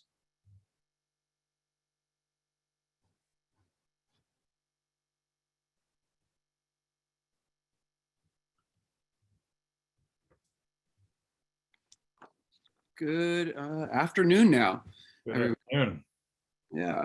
So I just wanted to talk a little bit about the resolution that we passed last night in our Guadalupe City Council. So I'm going to talk a little bit about the way the process worked. So the process of developing our resolution began several months ago with research from individual council members. As you all know, a lot of this was governed by the late release of the census data and the timeline that we were trying to follow alongside all of you with learning and educating ourselves in the process, since this only happens every 10 years. And 10 years ago, I was not on the council, nor were much of the council at that time. Our city council has publicly advertised our presentation, which was thankfully from a member from your committee was able to drive from Santa Barbara to Guadalupe, in a very appreciative presentation of how the redistricting works. And so for as long as that we had that presentation, we've had it scheduled on very public agendas for our residents to be able to be a part of it. And few did show up. We work tirelessly as a council, providing a voice for often overlooked residents of the county. This is the most I've ever heard Guadalupe be talked about in a really long time throughout the county. So it's both exciting and nerve-wracking at the same time. And as our prior speaker stated, as elected leaders of our city, we have had the privilege of being able to have a voice for our community. And although we cannot govern with 100% yeses on any issue, that's nearly impossible, we look to govern with as much majority consensus as possible. And that's why we felt that we were confident enough to be able to support a plan like 801, or at least one that reflects the values of our community and our neighbors. Thank you. Thank you. Next is Lorena Gonzalez, followed by Terry Downey.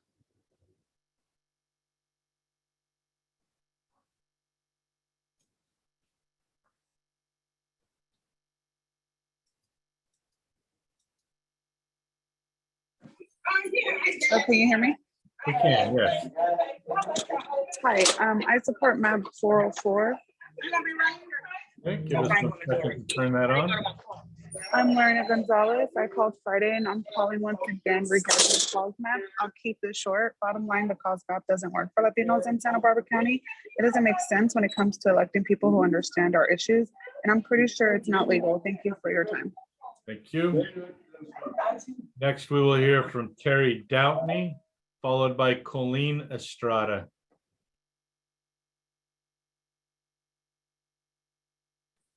Hello, I'd like to speak in support of map 818. Okay, give us 1 second.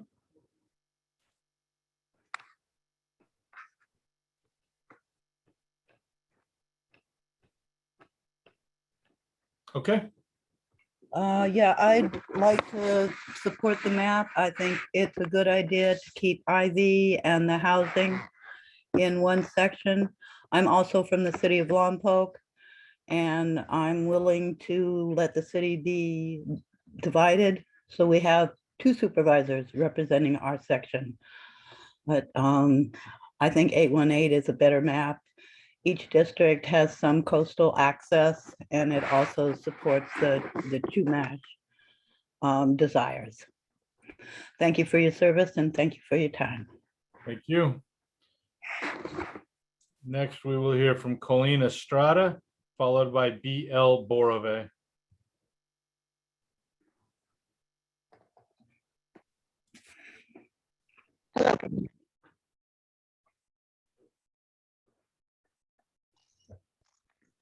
Are you there, Colleen?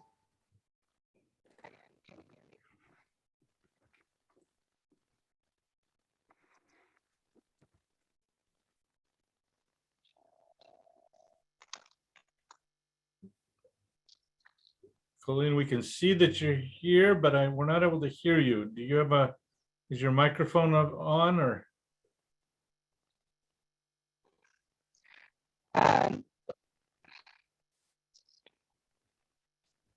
Seem to have a really weak connection right now.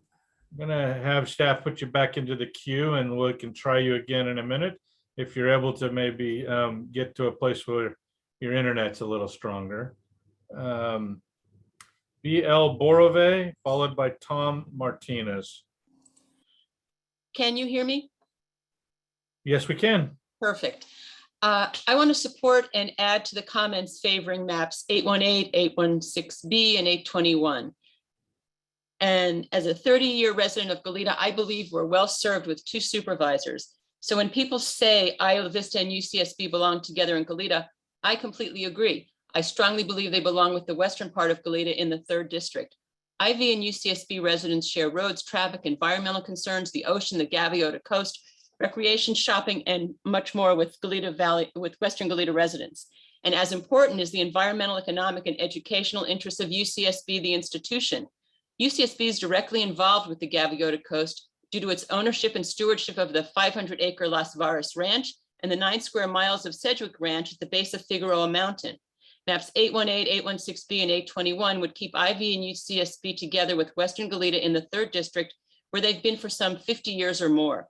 And as was said earlier, the 3rd district has for decades also included the Chumash areas. And I hope that the tribal chairman's comments for maintaining the 3rd district as unchanged as possible will be given appropriate consideration. Western Goleta, especially the Elwood area, is significantly made up of student renters and UCSB faculty and staff, along with others, with homes that range from mobile homes to expensive oceanfront properties. In general, residents of Western Goleta are not owners of ranches or farms or vineyards, and no one would classify Western Goleta as essentially rural. Yet I and others welcome all of these diverse characterizations as valuable parts of the 3rd district.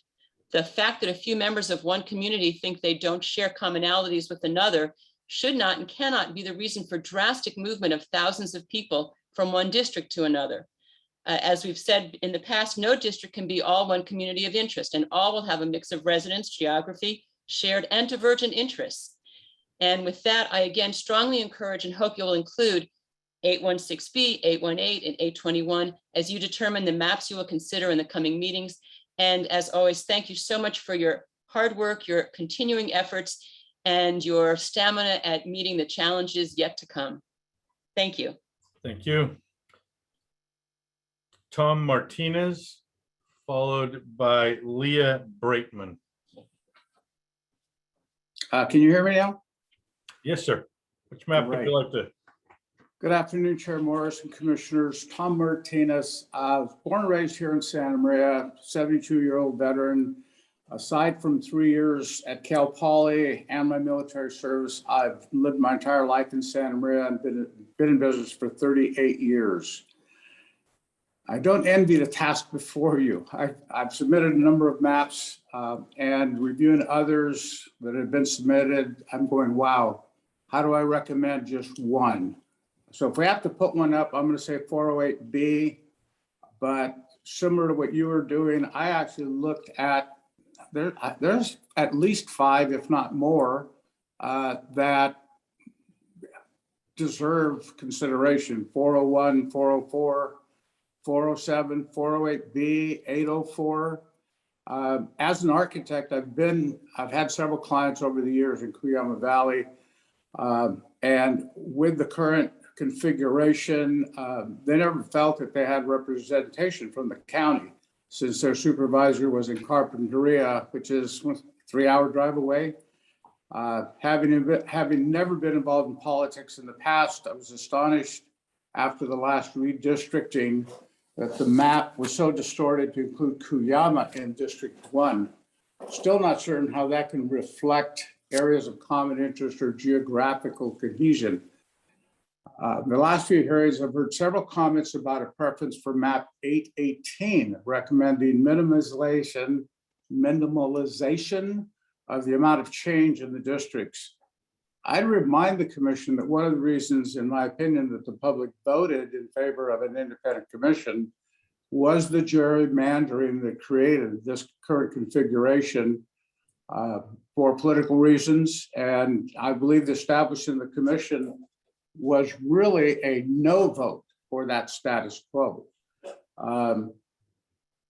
Issue really needs serious consideration is the ability to represent timely, distance traveled, cohesiveness of the districts, as well as common interests becoming paramount. Again, several of these maps, as I mentioned, satisfy all of these.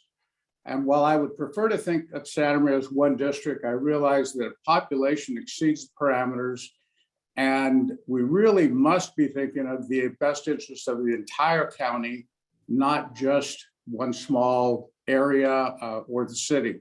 So it really does appear to me that the only way to satisfy reasonable representation is to split Santa Maria somewhat and include Cuyama in that 5th district. I believe most of the maps noted keep most of the cities for the biggest part as whole. And that keeping them whole gives them a viable voice rather than diluting them in split counties. The letter submitted by Mr. Romero should weigh heavy, as it clearly indicates that cause does not represent the entire Hispanic population as they would imply. Thank you, sir. I'm certain that she could have gathered thousands more names if that was necessary. Please consider 401, 404, 408B, 804, and thank you for the service. Thank you. A humongous undertaking. Next is Leah Braitman, followed by Claire Weinman.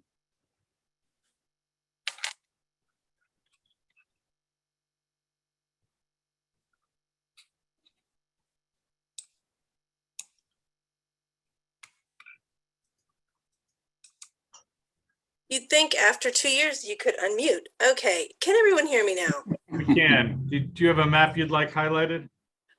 Well, good afternoon, commissioners and staff. I do not have a particular map. My name is Leah Braitman, and I live in the city of Lompoc. And this redistricting stuff, this is very complex, and I'm sorry, but I just don't have one particular map so far. But I think my favorite map would be the map that ensures that the oil and gas industry will never have a majority on the Board of Supervisors. That's my favorite map. I realize that special interests and, politics shouldn't even be hinted at in these hollowed Zooms, but the specter of it haunts these meetings. And here in this county, the birthplace of the modern environmental movement, my favorite map makes sure that oil and gas stay in the ground whenever possible. Additionally, last night, the Lompoc City Council spoke about redistricting and voted that the entire Lompoc Valley should be kept in one district. Now, I appreciate that some in my community think that the inclusion of Vandenberg Space Force Base will give Lompoc much needed supervisorial oomph, but I must push back. First of all, I don't think municipalities should have an amplified voice on this matter. After all, it is called the Citizens Independent Redistricting Commission, not the City's Independent Redistricting Commission, or the Oil and Gas Industry Redistricting Commission. And second, some have mentioned a feeling of alignment with their community and the voice of one's community. Well, speaking as one citizen of the city of Lompoc, I feel much more closely aligned with a college student in Isla Vista than Bob Nelson. The actual city of Lompoc has far fewer rugged individualists than Orchid or even parts of our northern hills. So commissioners, when making your deliberation, please consider not just the next 10 years, but the next 1,000. Thank you for your time. Thank you. Next is Tanaya Lucero. No, I'm sorry, Claire Weinman, followed by Tanaya Lucero.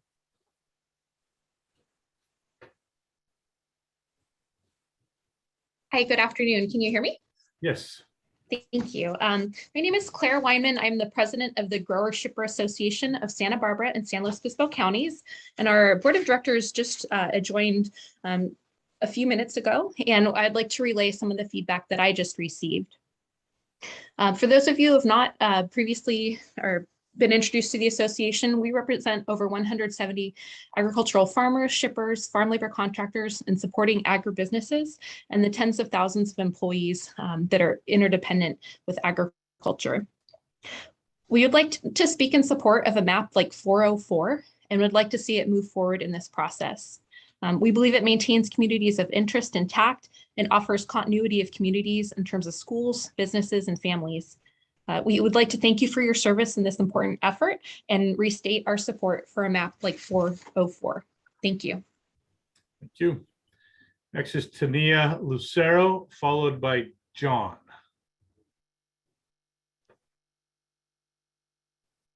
Buenas tardes. Señora Lucero, por favor, yo soy su intérprete. Si puede hablar y hacer pausa para que yo le pueda interpretar. Gracias. Adelante. Sí, buenas tardes. Good afternoon. Apoyo el mapa 404. I do support map 404. Quiero decir de nuevo que opongo el mapa de caos. I want to say once again that I oppose CAUS map. El mapa de caos nos da un distrito de mayoría latina, pero The CAUS map gives us a district that is majority Latin, but nos va a faltar voces latinas en los otros distritos. there will be a lack of Latin voices in the other districts. Voté por esta comisión independiente de redistribución del distrito I did vote for this independent commission of redistricting, y espero que tomen la decisión correcta. and I hope that you take the correct decision. Por favor, dé a los latinos alrededor de todo el condado una voz verdadera. Please give all the Latins around the county a true voice. Al arrojar este mapa y considerar a otros que nos dé representación latina en todo el condado. To throw out that map and look at other ones that can give us Latin representation all through the county. Apoyo el mapa 404. Muchas gracias. I support 404 map. Thank you very much. Thank you. Gracias. Next is John, followed by Barbara Battistini. Good afternoon. I hope you can hear me okay. We can. Okay, thank you, sir. This is John Kershaw. I think my call sign from a ham radio is from another Zoom meeting has populated up there, but this is John Kershaw. I live in Vandenberg Village. I didn't have the fortune of being born in this wonderful state, in this wonderful county, in this wonderful valley, but I came here from the military and stayed because of the people here are just wonderful. Thank you all for your service to the community, chairman and all the people on the committee and the people that have spoken. I'm here today to speak for maps 404 or 804. And I think that these two maps make the best sense for our communities, for our shared and diverse interests that we have. And so I would just like to say that maps 404 or 804 should please be considered. Thank you very much. Thank you, sir. Barbara Battistini, followed by Nick Schiffman. Hi, I'm Barbara Battistini, and I'm speaking in support of map 404. Good afternoon, Chair Morris and commissioners. As a fifth-generation family from Santa Barbara and a student of both Santa Barbara City College and UCSB, I find great pleasure to contribute my opinion for the Santa Barbara County boundary lines. There are some serious concerns with our current 3rd district, as it is combined ranchers and farmers with a beach community that also carries a large student population. I have looked over many of the maps and conclude that the most reasonable and fair map with great representation of our community's diversity would be map 404 or even 408B. I love the idea that we have a shoreline district that can focus on the special needs of our jeweled and precious coastline. As a past Santa Barbara City College student and knowing that many of us went on to UCSB, I believe this will also increase the student involvement and give them a unified voice. Secondly, I am also aware that after spending much time in Isla Vista, our Santa Barbara City College students live there too. This, of course, is a very active student population that works and lives often between SBCC and UCSB. Housing for the majority of these students are within 10 miles between each of these schools along the coastline. Maps 404 and 408 both provide continuity, keeping communities of interest together, such as the largest student population, UCSB having 24,346 and SBCC having 17,608. And of course, we have the smaller population of Westmont College and Hancock totaling 12,000, a little more than 12,000. I want to also add that UCSB and IV vote for the SBC trustee, which really connects them together and is a very important element. I support the maps that make a stronger community while giving the North District their own voice too. So thank you very much for all of your hard work. I know this has not been an easy task, and I just, again, support map 404. Thank you. Nick Schiffman, and we will try Colleen Estrada again. Hello, can you hear me? We can. I'm supporting map 822. If you could pull that up, please, Chairman. 1 second.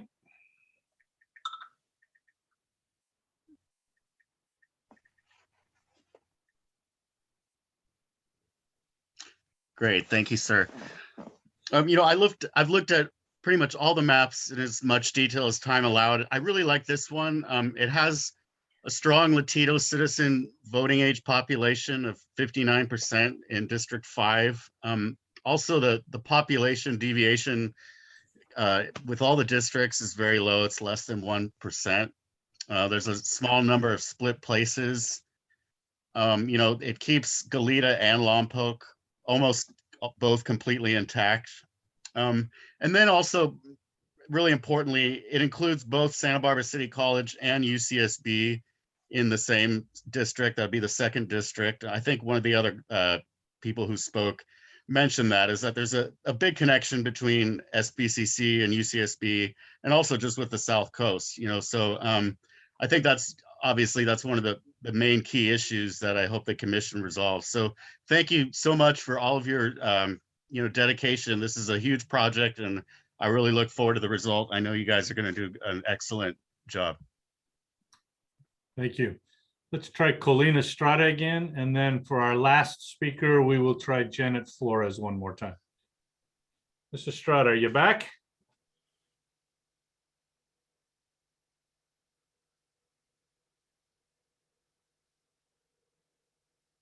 We can see you, but you're still muted. Is there a way to unmute? I think you're on your phone now. And Ms. Tilton, do you recall the control for unmuting on phone? I believe it's, I don't, I'll have to look that up. Star 9 is It's to raise either your hand. *6 or *9. I don't recall which, but Well, I believe then try *6 because Star 9 is to raise your hand. okay. *6, Mrs. Estrada. Can you try that on your phone?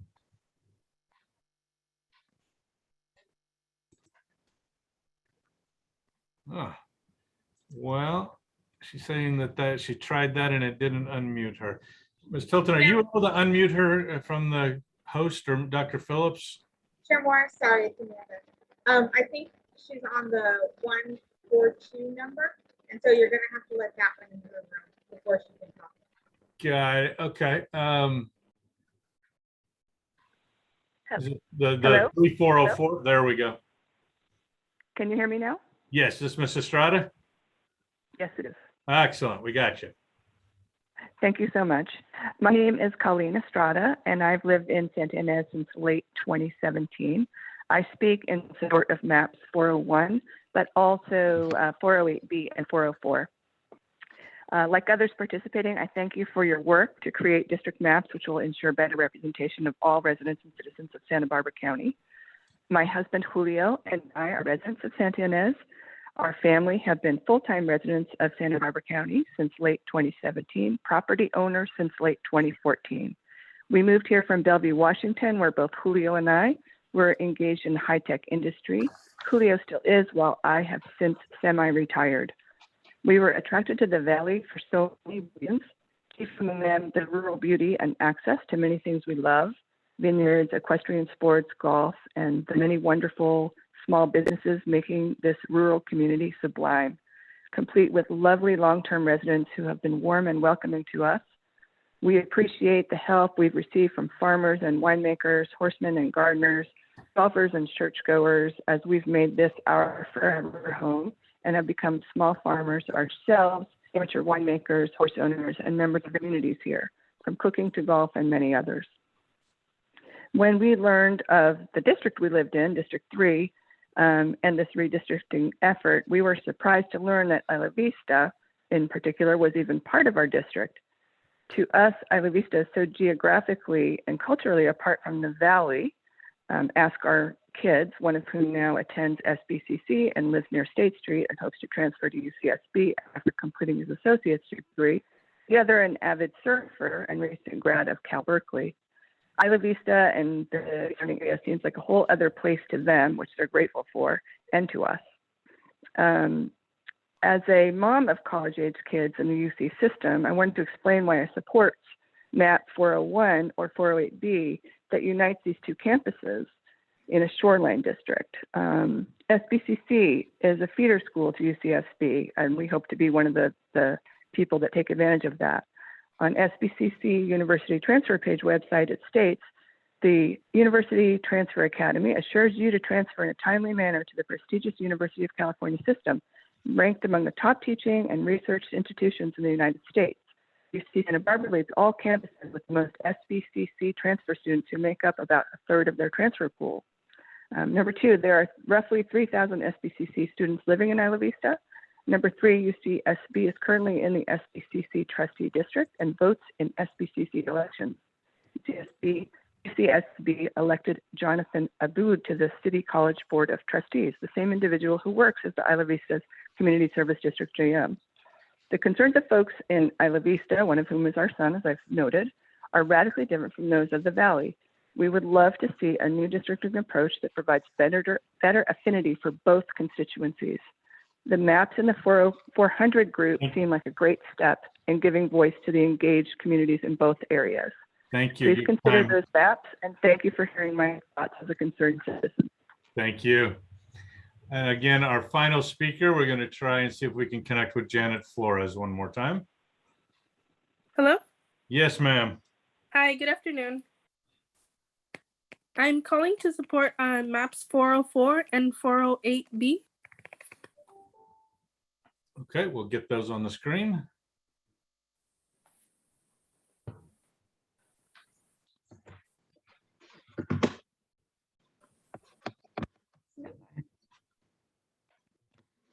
Ms. Tilton, we're still seeing the time slide, not the screen with the maps. There we go. Okay, go ahead. I'm calling again today to oppose to the cause map again. I cannot see why anyone would consider that map. It only gives Latinos one district in the whole county where our voices will be heard. Yes, we may have representation in one district, but in every other district, forget about us. I believe we should at least have 2 or 3 districts in order to ensure our voices and opinions are heard throughout the county. Please choose a map that does not limit our voices. I support both maps 404 and 408B. Please think of us before making a final decision. Thank you. Thank you. Okay, we're going to close the public comment portion for a moment and bring it back to the commission. And folks, unless there's objection, we're going to take a 10-minute break to let everybody kind of refresh and gather your thoughts. When we come back, we're going to poll the commissioners and ask them to nominate an initial 5 district maps that they would like to consider further. And folks, just in fair warning, we've typically gone through the list by district number. We're going to shake it up and go alphabetical. So Commissioner Bradley, you're going to be on deck when we come back. All right, 10 minutes, everybody. Thank you.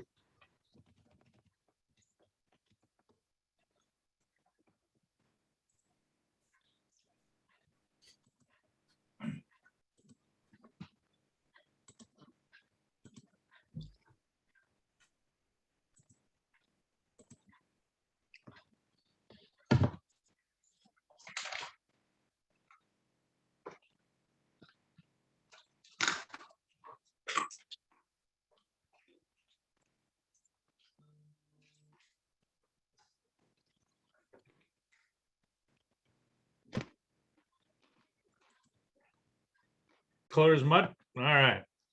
Commissioner McClintock, I see your hand raised. Just so I'm clear, if at the end of today's discussion, we have a group of maps that exclude, I don't know, let's say 80% of the stuff that we've come up with, next week, can we still potentially draw on that, the 80% that we kind of dropped today? So I think that's up to the commissioners, right?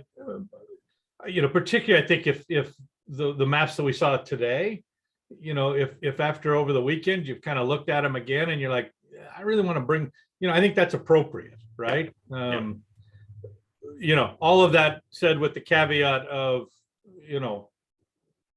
4 more meetings. Right. Really 3, because, the last one is just a vote, right? So if we don't chop aggressively now, we will be next time, right? So at some point we have to kind of filter, right? Unfortunately, or maybe anyway. Commissioner Rios, question. It was just similar as Commissioner McClintock, just because I thought next week was like the final 5 map, and so I just was trying to get trying to decide if right now those. Yeah, and I don't know that we'll get to 5 today, right? Each of us putting in 5 is probably not going to be the same 5, so we may end up with more than 5 today, but we'll see kind of where that falls out, and then I think we have a discussion amongst ourselves after we see the list about whether we keep 5, 7, 8, 9, whatever that number makes sense, right? So, Commissioner Bradley, are you ready to kick us off? Yes, Chair Morris, I am. Thanks for being first. I bet I'm not the only nervous commissioner here. After a year of hard work, this is a big day. I apologize for my lengthy comments to follow this afternoon, but I feel it's important to provide some rationale for my map choices. With 100 viable maps submitted, we ought to be pleased with our outreach efforts, but most especially pleased with our fellow Santa Barbara County residents. Thank you, all of you, for your maps, your hard work, your patience and understanding. This is not easy or charismatic work. Let me say first, there's no way for this commission to adopt a map that's going to satisfy all residents. Based upon all that we've heard for the past year, it is a certainty that some residents of Santa Barbara County will be dissatisfied with our final map adoption. That being said, If we adopt a map that disappoints most residents in diametrically opposed camps for the same reasons, then we will have failed in our task. But if, on the other hand, we adopt a map that dissatisfies some residents in diametrically opposed camps about equally for entirely different reasons, then we will have done the best job we can possibly do as a Citizens Commission.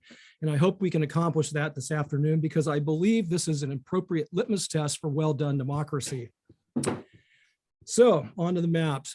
I'm going to start with my number 5 and number 4 map choices. These are my least favorite maps. So one of our options, regardless of any proposed changes, ought to be to leave Santa Barbara County more or less the way it is, adjusting for the new 2020 census, but otherwise leaving things as they are.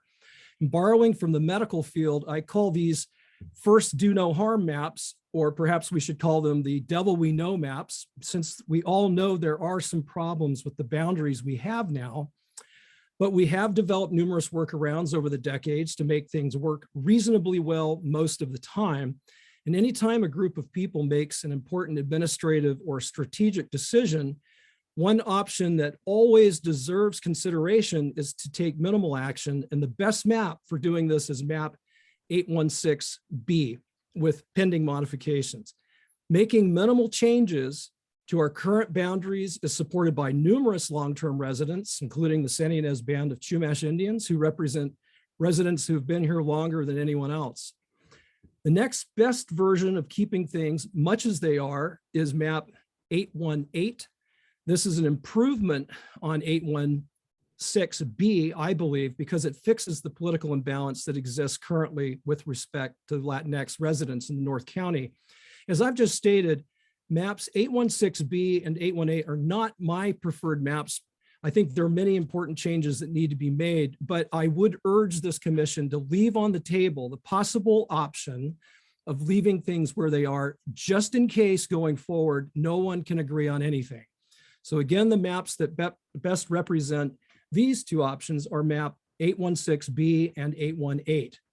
Now I'd like to turn my attention to my other 3 choices. I've spent many hours studying and comparing all of the maps submitted, and I've carefully considered the commentary we've heard over the past year. I first moved to Santa Barbara County in 1981, and I've lived in 9 different addresses in the county since then, and have extensively visited and or worked all over this county. And based upon all this, I believe that we desperately need to make the following changes with our final choice of a map. I'll start first with one of the smallest changes that needs to be made. We need to merge Coyama Valley with North County. For too long, Coyama Valley, owing to its small size and remoteness, has been treated like a moon base. And anyone who's ever traveled Highway 166 and stopped at the Buckhorn or the local grocery store and chatted with residents knows how isolated they feel there. Keeping Coyama in District 1 is just plain wrong. They have very little in common with Montecito and Summerland, and it takes residents in and around New Coyama hours to visit the rest of District 1. And based on travel routes and demographics, there's currently no contiguity or compactness with Coyama Valley so far from the coastal areas of District 1. And when residents travel to North County to shop, they must first cross into San Luis Obispo County to get there. That's how remote they are. So can we please fix this once and for all and connect Coyama to North County? They'll still have to cross briefly into SLO County to get there, but at least they'll finally be connected officially and administratively to the North County areas where they most frequently travel and shop. This is low-hanging fruit. Secondly, but very desperately, we need to create a district where Latinx residents are well and fairly represented with a diverse racial ethnic community that accords with Section 2 of the Voting Rights Act. This includes merging Guadalupe with North and or Northwest Santa Maria, not exclusively Southwest Santa Maria.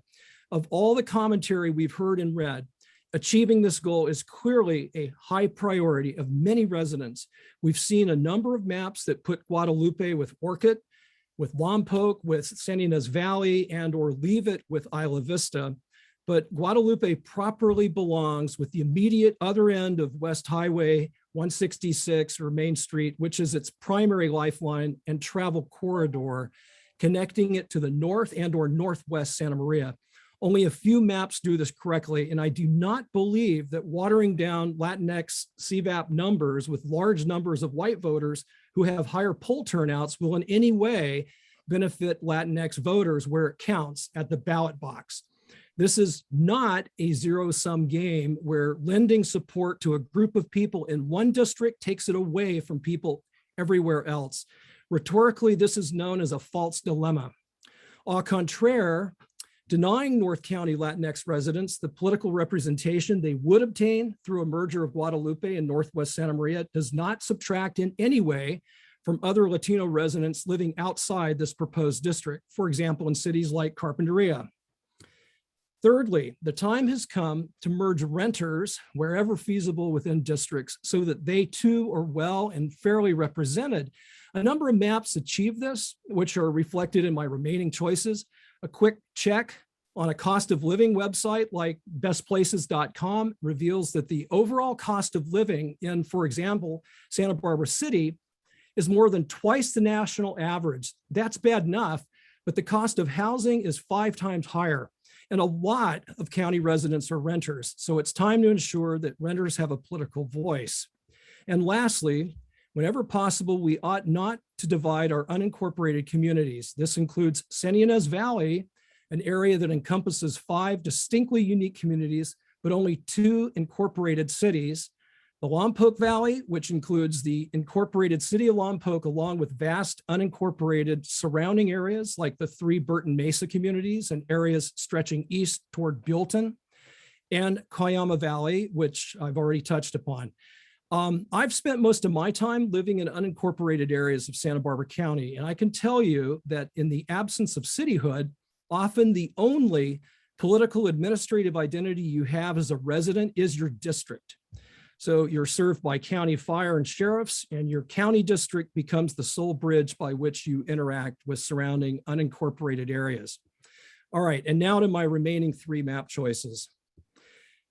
The most important detail in the lesson of the United Communities 801 series maps is the portion of Santa Maria it consolidates with Guadalupe, which is west of Broadway 135 and north of Betaravia, and also north of the Jones-Stoll span corridor and west of Highway 101.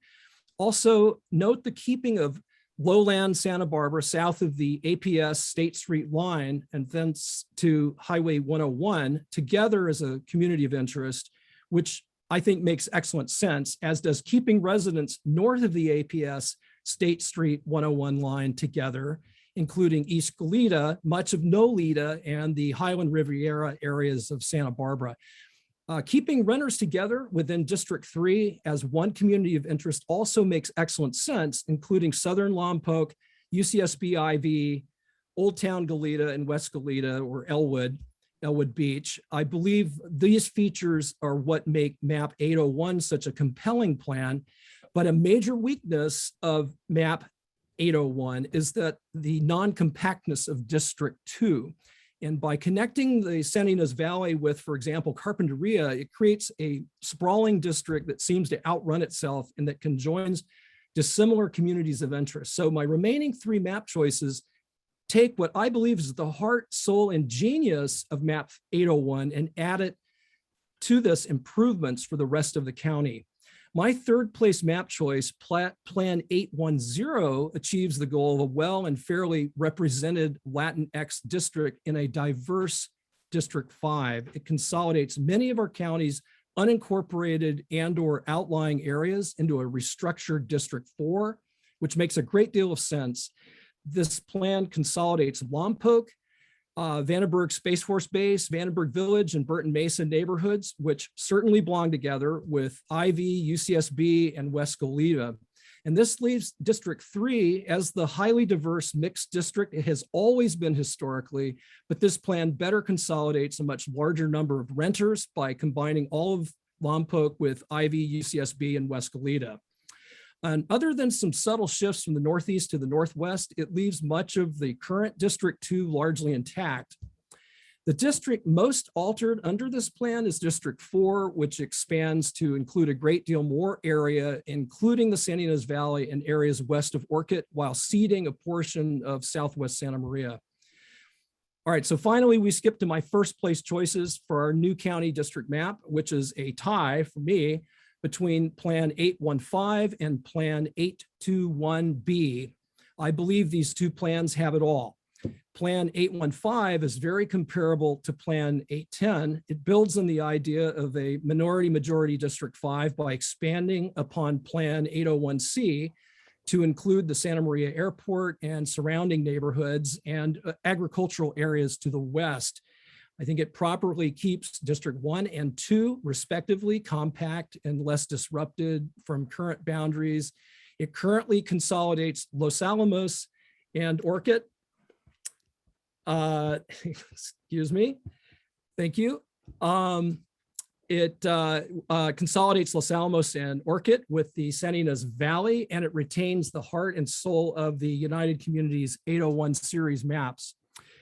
Plan 821B is almost identical to Plan 815, but it offers, I think, a slightly better population balance by, among other things, seeding the Casmalia area in District 5 to District 4, and it expands the area in District 4 around Buellton. So both maps create a powerful renter community of interest by combining renters of Lompoc with those of IV and West Goleta Valley. And like Isla Vista, the northernmost area of the new District 3 has large numbers of professional, college-educated voters who share a similar interest in land use management. So I'll finish by repeating again my preference in order from least to most. Preferred map plans are 816B, 818, 810, 815, and 821B. Thank you for bearing with my long comments. No problem. Thank you. Commissioner Bray. Thank you, Chair Morris and fellow commissioners. I want to iterate what Commissioner Bradley said. When I went into this process, I'm an Army guy. I like maps. I like terrain. I like topography. And I thought, wouldn't it be cool if we could get 50 maps out of this process? And we got twice that. So I'm just really grateful for the number of folks who have spent their time and effort, not only in public testimony, written testimony, but have spent the hours to try to understand these maps, try to draw these maps, and then sometimes, in case, redraw the maps. So I'm just grateful that it's democracy live and working for me. I'm not going to be quite as articulate as Commissioner Bradley says. I'm just going to let the maps I've chosen pretty much speak for themselves until the point that we get to where we start narrowing down the maps. So I will give you my choices, and in no particular order. They are 401, 404, 408B, 804. And my final map is one that I think is a really interesting map that I really like, but there was one problem I had with it. I hope that we can tweak if that's our goal, to tweak to try to move. And that's map 822. The concern I have with that is it puts New Cuyama down to the south coast, Montecito, and I just don't think those are communities of interest, but it has very, very low deviation in their population. So I just kind of like to throw that out to have the commissioners look at and maybe possibly tweak. Those are my choices. Very good. Commissioner Trotsky, your hand is up. Yes, Commissioner Bray, could you run through that list again? It went pretty quick for me. My apologies. 401, 404, 408B, 804, 822. Okay. Commissioner Hartman, you're next.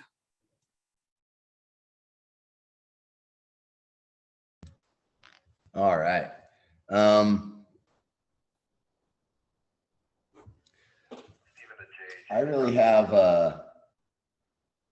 three that I really like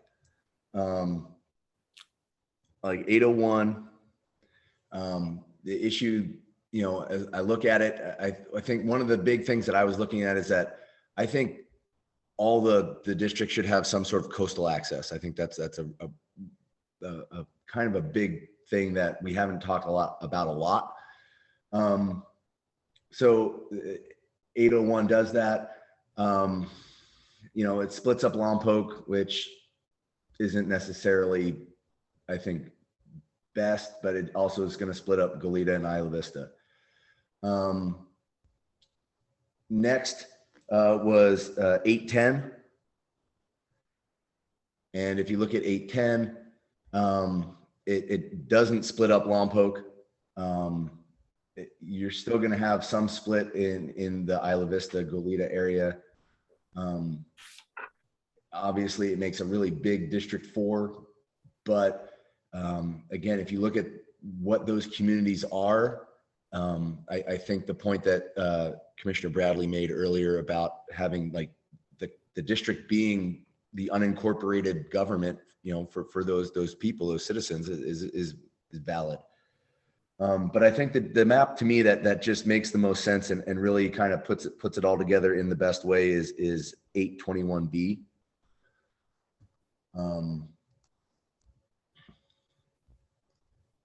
So when you look at it,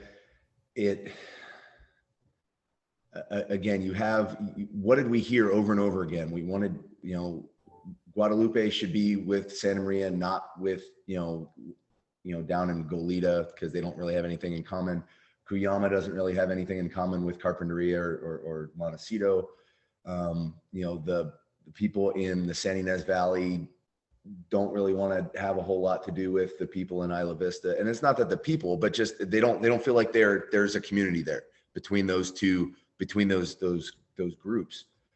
So this kind of solves all that. You know, cities don't want to be split up. Well, this only splits up 3 places. It splits up Santa Barbara, Santa Maria, and, you know, part of Goleta, which from what we heard today, there's a lot of people from that area that are okay with that. So to me, 821B is really, I think, the option that speaks to the things that we've heard over and over and over again in this process. So there you go. Thank you, sir. Commissioner Kasich. Chair Morris and commissioners, I will expedite my list because I thought that Commissioner Bradley did a outstanding job of highlighting a lot of what we've heard. I thought his analysis, as well as Commissioner Bray and Commissioner Hartman, I'm not taking anything away from them, but I thought Commissioner Bradley did a very good job of laying out a lot of what we've heard. The public testimony seemed to be driving to several different areas that it kept coming back. We kept hearing from people after people that said, look, it's the issue of Santa Maria is too large to be in one. How do you break it up? What is fair? And it went both sides. And I appreciate the people from Cause. Maybe they got a lot of other people didn't like it, but I appreciate them open their mouth and saying, this is what we want. I also made an effort to sort of focus on what I saw the testimony using the map tools, and it is difficult. You want to be population balanced, contiguous, and not split areas of interest. Not an easy job, and I kept failing as I kept going back and forth. So I think that in the end, one of the other things I heard very much was, you know, should the San Ynez Valley be linked to Isla Vista? And we heard comments on both sides. So coming down to it, I really came up with, although there's 5 maps, I just really wanted to supply 3 that were absolutely, I think that were my top choices from the comments we heard. And I'll do it in reverse order. 408B, 821B, 821B, and 404. That's mine. Okay. Commissioner McClintock. All right, I'll keep my remarks short. I just want to echo others and their thanks to the members of the public for providing us with comments and these maps. This is really hard work, and I think the members of the public are doing the lion's share of it. So I really appreciate that. In my review of the maps, I paid attention, of course, to the key figures having to do with total population deviation, maximum Latino CVAP, and other number of split places and so on. Of course, compactness, continuous district boundaries. Beyond that, I favored maps in which all 5 districts touch the ocean, as that's an important resource to all of our districts, and the decisions we make collectively impact marine ecosystems that are vulnerable to our activities. But like everyone, I suspect I wasn't able to achieve all of my goals with each of my picks. But for now, I'd like to consider 809, 815, 818, 821B, and 822. So with particular attention to 809, 818, and 821B, as those are the ones that touch the ocean, all 5 districts touch the ocean. But I also agree with Commissioner Bradley's comments regarding the first do not harm map, the 816B. This is a great option if we can't agree on any alternative. So I'd like to keep that in the hopper. Thank you, sir. Commissioner McClintock, may I interrupt? I just want to make sure I got was that a rank order? It was not. Okay, and could you please repeat them? 809, okay, 815, 818, 821B, and 822. But if I had to just emphasize one, it would be 821B. Thank you.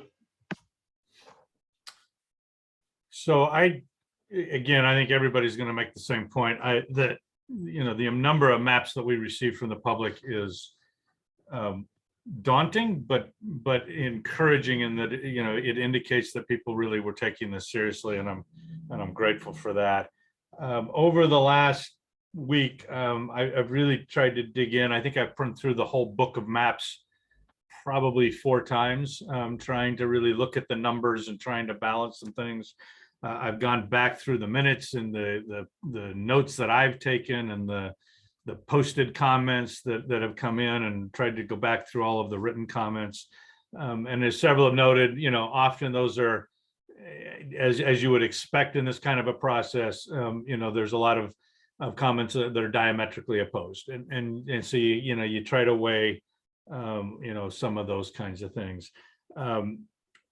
There were few maps, very few, that I kind of liked in totality, and there were a number of maps that, similar to Commissioner Bray's comment about his last one, that with a minor modification, I think I could fall in love with them.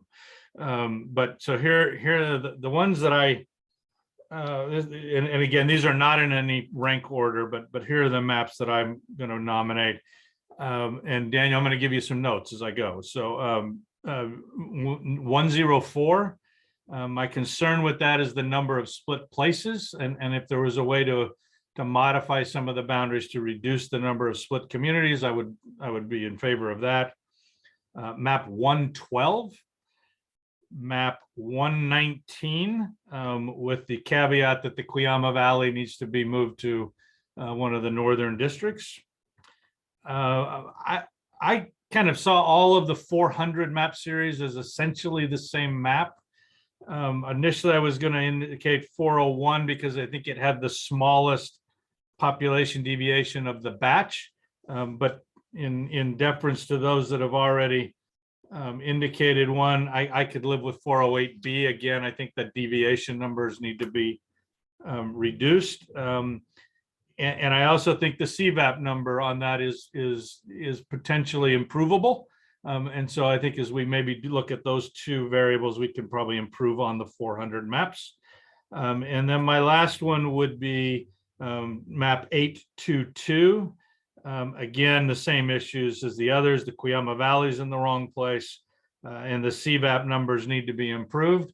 but with a 0.6 population deviation, I think we have room to improve that map if that's the one that we start with. So 104, 112, 119, 408B, and 822 would be the maps that I have. And we'll pass the baton to Commissioner Ochoa. Okay, so I went off this a little bit. I made a spreadsheet. I realized in looking at all the maps that I preference keeping the city of Lompoc together because as I looked through all the maps and I couldn't figure out a way where splitting it makes sense.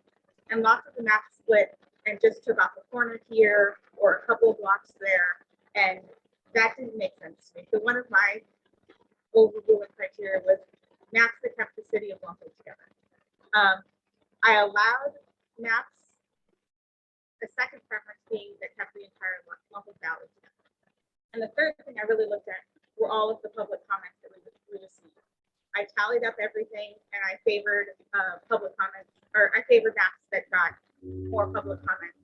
And I tried to pick, I ended up with 4 that sort of represented what we've heard over this process.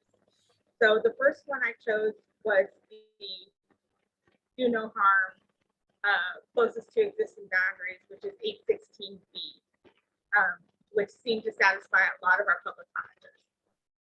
The second one I chose, I tried to pick one that was the sort of CVAP supermajority, and another one that was a little bit more divided and even among 2 districts. So I chose 128 and then 810. And finally, there was a group of people who were advocating for the 400 series maps. And of those, my preference is 407. So again, my 4 are 816B, 128, 407, and 810. Commissioner Ochoa, is that in a rank order or no particular order? No particular order, one for each constituency of people advocating for maps. Thank you. Chair Morris, I'm sorry, I had a hard time hearing that. Could you just repeat those numbers, please? So the numbers that I heard from Amanda were 816B, 128, 407, and 810. Is that correct, Amanda? That's correct. Thank you. All right, Commissioner Rios. Hi. Yes, thank you. Yes, so a lot of this for me was really, honestly, like I had like 20 tabs open at one point. I have 2 double screens and that wasn't enough. So I just want to say thank you to the public, to the different organizations across the county that took the time to draw maps, to listen to their constituents, to, you know, encourage people that normally don't get involved to show up and explain why, you know, where they shop, where they do recreational activities. And so that really helped me. And being really honest, the public comment was very important to me. Keeping that in mind with the fact that we have over 46% and growing Latinx population in Santa Barbara County, for me, it was really important to acknowledge that. And also I used, you know, the CVAP was very important to me. And that renter population like really stood out to me, what folks were talking about in Goleta and Isla Vista. And so, and Lompoc, that one was a hard one because again, I had to ask a lot of questions. I don't understand Lompoc as well as other places in the county. So I really had to think about it, you know, the implications of splitting or not splitting, like what does that mean? You know, D1 versus D2. And so just thank you all and your patience as I learn and grow in this process. So with that, these maps that I looked at were considering the public comment, and I have 5. I do have my top 3. I'll go, you know, what is it, backwards order. But for me, 104 was my number 5. Number 4 was 809.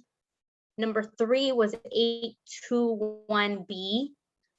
Number 2 was 801C, and number my number one was 801. And I chose this map because I think it provides justice to those communities, those Latinx communities. And when people talked about District 5 being packed, but I think the beauty of this map is that Santa Maria and Guadalupe become Latino majority. It is a concentration of working class and immigrant farm workers, and it gives a voice to them. And D1, I mean, it's the foothills of Santa Barbara with Goleta, Santa Ynez, Montecito, Summerland. I feel like there is a lot of strong environmental voice, especially around like wildfires. And yeah, there's just a lot. I think that Goleta and Lompoc area for me, and considering Santa Maria and Guadalupe, were super important. And so that is where I stand with my top 5. Okay, thank you. Mr. Trosky.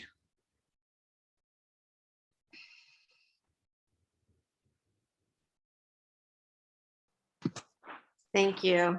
I too want to start by thanking the public for all their input. And I think it exceeded my expectations of what I thought the public involvement would be. So many thanks to all the hard work that the public did and their participation. And I just want to express gratitude to all my commissioners. It's been a pleasure working with everyone, and I can't believe we're actually at this stage of the process. So it's pretty exciting. And so when I considered maps that were my favorites, it was hard because there's a lot of great choices here.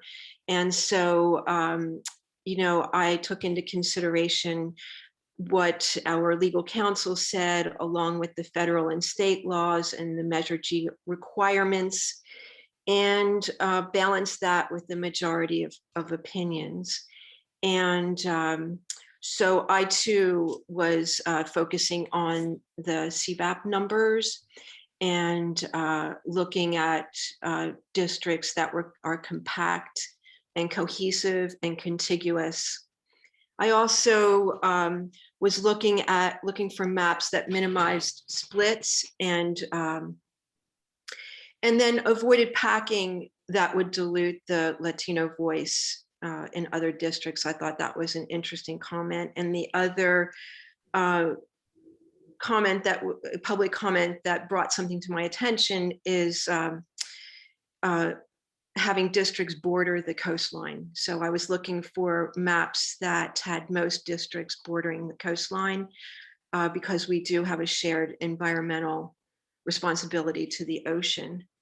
And I also was looking for maps that were using boundaries like riversheds and 101. And I also thought there was a strong voice from the public hearings and public comment, both written and what we heard in each meeting, to keep Guadalupe and Orcutt together. And it seems that the residents of Guadalupe really have a strong affinity with Orcutt and would like to be aligned with that community. I also was really overwhelmed by the responses regarding keeping Ivy, UCSB, and Santa Barbara City College together in District 2.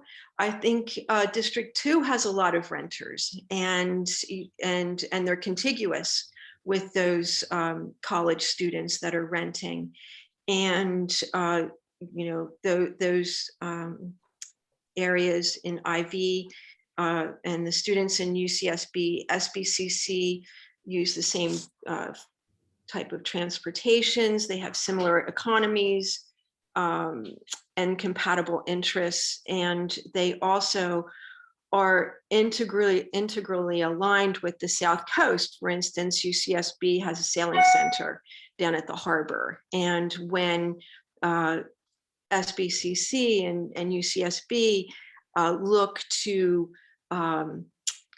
enjoy the beaches, they largely go to Ledbetter or, that, in Santa Barbara. And also having spent some time on State Street, that's largely impacted by the UCSB community on Lower State Street. So I feel that District 2 really is a community of interest, and UCSB, SBCC, those areas should share a community of interest. And there's a large connection between Santa Barbara City College and students renting in Isla Vista. And so I think those communities should be separate from farmers and ranchers and single family homeowners and the wealthy landowners of Santa Ynez. And I think that based on what we heard, if we accomplish that, it'll create unity. Unity in that people that expressed a lot of opinions in Santa Ynez and District 3 can feel like they have a voice. One of the things I heard right from the beginning is that North County doesn't feel like they have a voice, that they're overwhelmed by South County. And so I was really pleased that we got such a great response from North County, and I'd like to honor that. And so, those are the things I considered when I was looking for maps. And I have to agree, the 400 series accomplishes a lot of what I was looking for, my favorite map being 404. But I thought 401 was a great map. 407 was a great map. I like the CVAP numbers.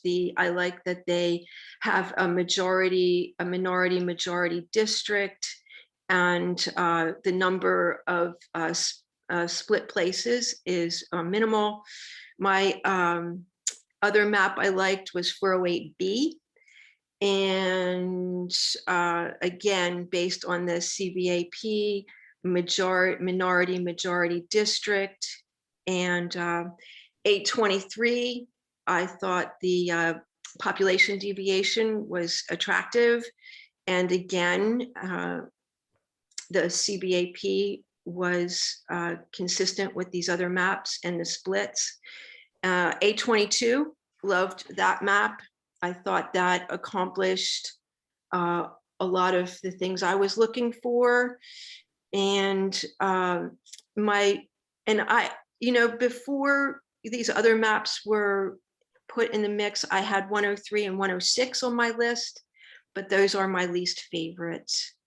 And so if I had to pick a map that I think accomplishes the most of what we've heard in public comment and aligns with the federal and state voting laws, I'd have to say map 404. The districts are compact, they're contiguous, and it answers a lot of the concerns that we heard in public comment. Thank you. Could I get clarification on the preferred numbers? Sure. So that would be 404. I was having a tough time, 404, 401, 407 are so similar. Wait, you got to go slowly so we can write them down. Okay. So I'm saying 404, 401, 407 are kind of like one choice. Like my second would be 408B. My third choice is 823. My fourth choice is 822. And, I could, 103 and 106 were my, on my list originally. But they were bumped by 823 and 822. So they're at the bottom of my list. Thank you. Chair Turley. Thanks. I'll try to keep this short. I've tried to keep in mind the varied requests of public comments from residents ranging from people in Cuyama and Lompoc to Guadalupe and Isla Vista, as well as our local Chumash community.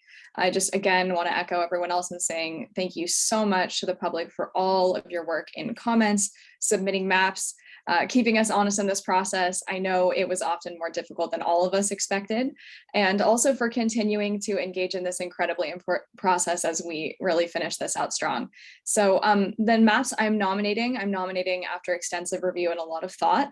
My priorities were finding maps with low population deviation percentages, an acceptable minority majority CVAP in one district, and if possible, a minority influence district in at least one more, as well as not splitting any really one place more than once if we could help it.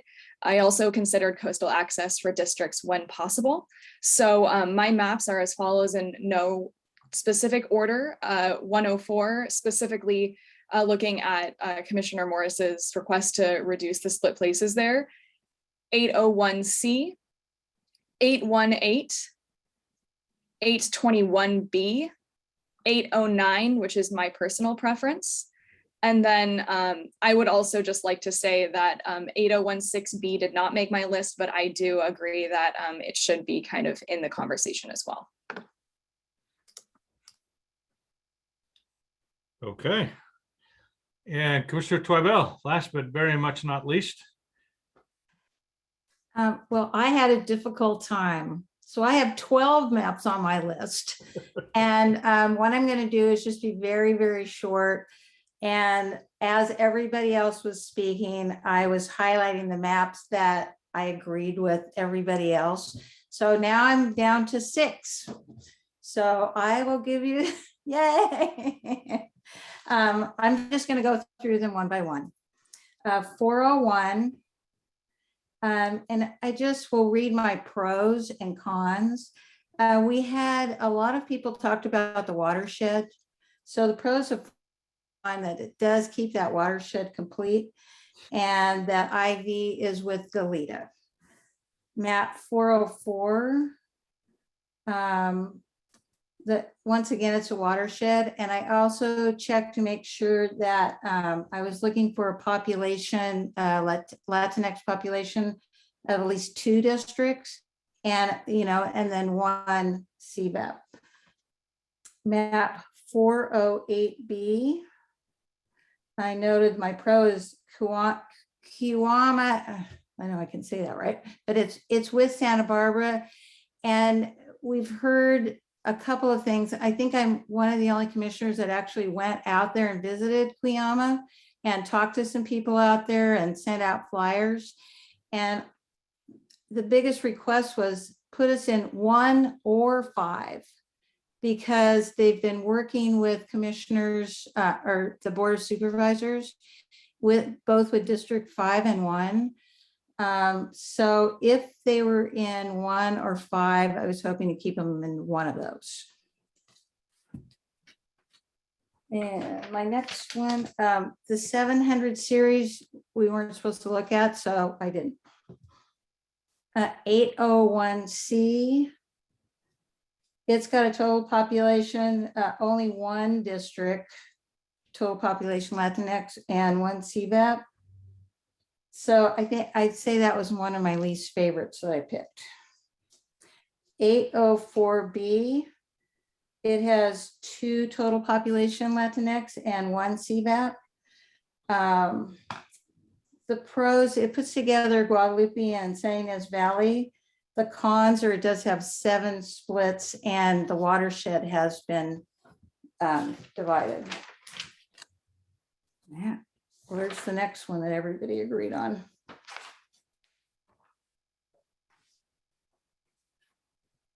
$8.15. I believe it has 3. Can we pull up 8.15? Let me just pull it up.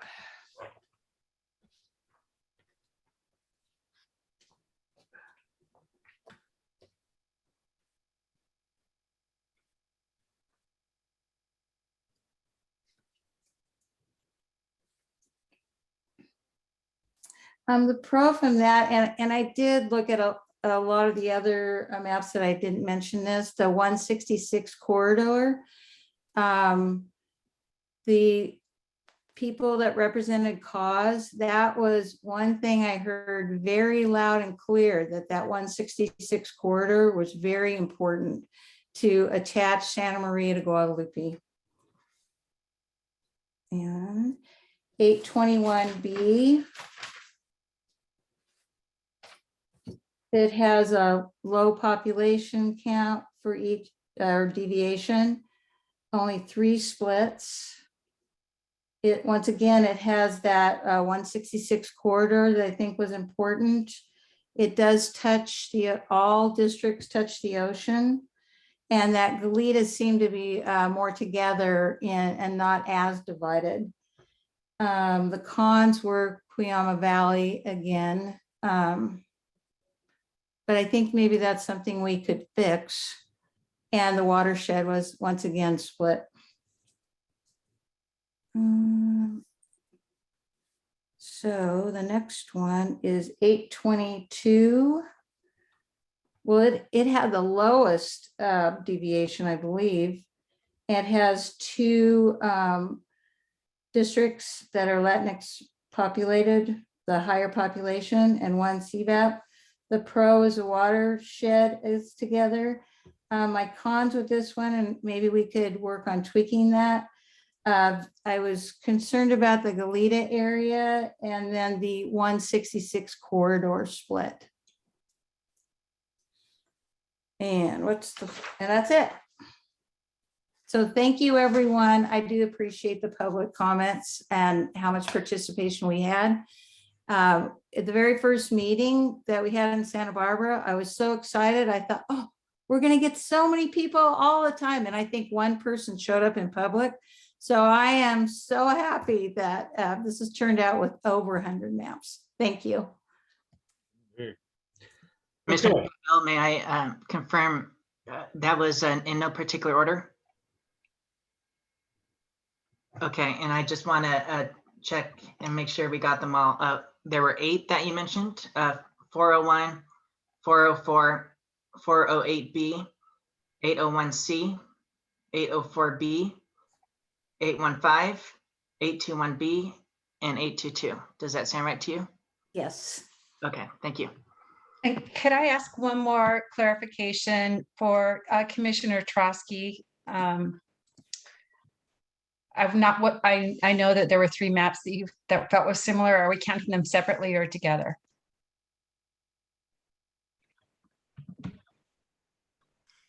If we can count them separately, let's count them separately with that. That gives me 8 maps. So I know we're wanting to shoot for 5. So I would say, yeah, separately.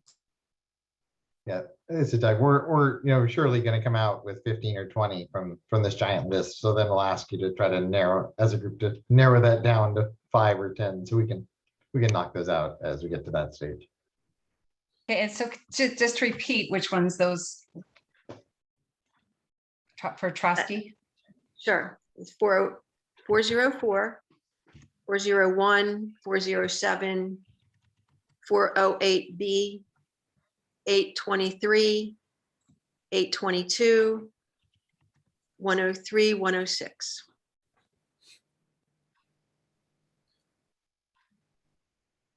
All right, so we're going to give our staff a minute here to kind of tally this up, and then hopefully they're going to be able to put this up on a screen here that will kind of list them in rank order by the number of mentions. Mr. Trotsky, I see your hand up while they're doing the tallying. I want to,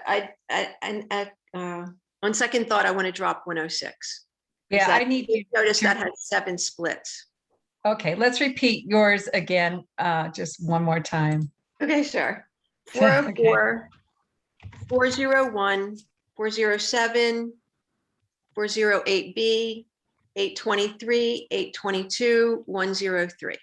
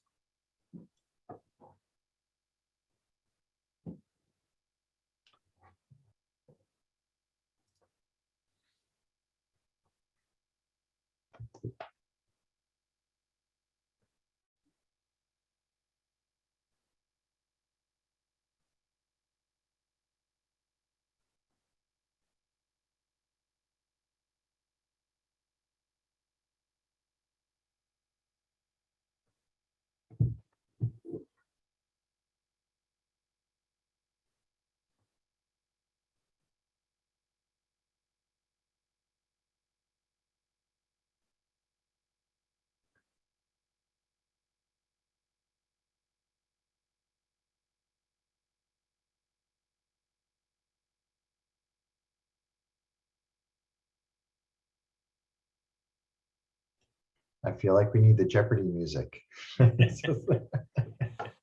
You sing? You hum? I was actually asked to karaoke one time to stop, so I won't torture you with that.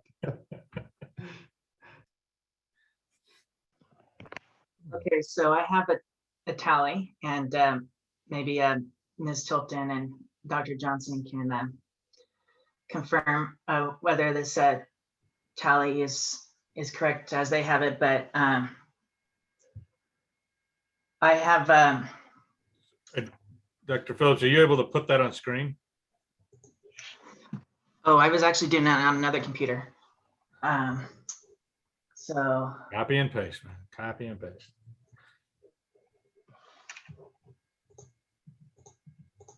You're a co-host on the other account too, Daniel, so you should be able to share.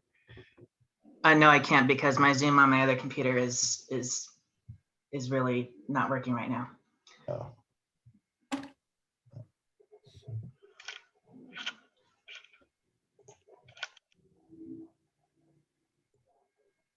Apologies for that. I'm very much a visual learner.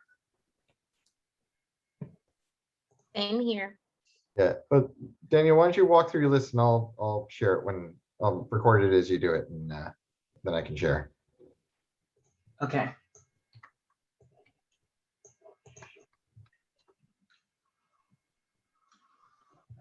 So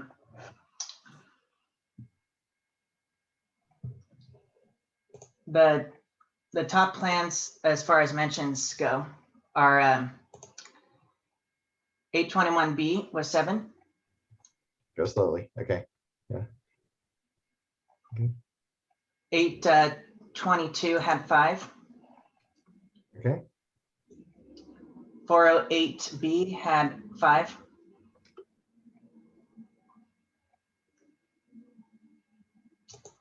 404 had 4. Okay. And then there were a bunch of ones with 3s. Do you want me to go through all of them? Yep. Okay. 801 also had 4. Say that again. By my calculation, 801 also had 4. C specifically. Well, are we counting 801 and 801C separately? Because as I have it, I have 2 mentions for 801 and 3 mentions for 801C. So separate them for now, and then we can combine them after we see the full list. So just go through read your off. list that have 3, and then we can come back. Yeah. Okay. Yeah. Read off everything that was mentioned. Okay. So these are the ones that had 3. 401, 407, 809, 810, 815, 818, 801C. Okay. And shall I go to the ones that had 2 mentions? Sure. Yes, please. 104, 801, 816B. Okay. And lastly, the ones that had 1 mention each. 103, 119, 128, 804, 823, 804B, 806B. Okay. That it? Yes. Okay. Make this bigger.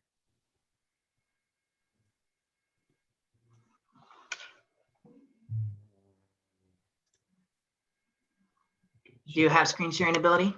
Oh, I did. It's gone. Can you make me co-host? Yeah.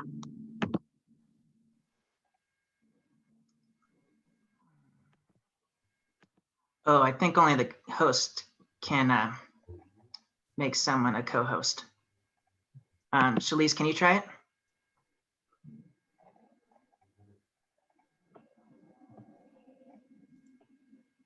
Oh, there we go. Excellent. Okay.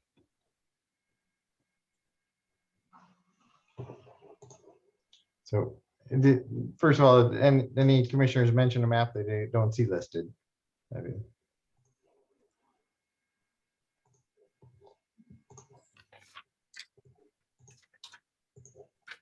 Is there a spreadsheet with how each of us voted, like to figure out if like anything, like to verify visually, like that the correct maps were written for each of us? We were I have doing a it on the list. fly. I have a list. I do. I have that, but I'm not as fast as these other gentlemen. I can share just to show the list that I have to make sure we've got the numbers right. Does that help? Let's try it. That'll give folks just a chance to glance at it. Okay.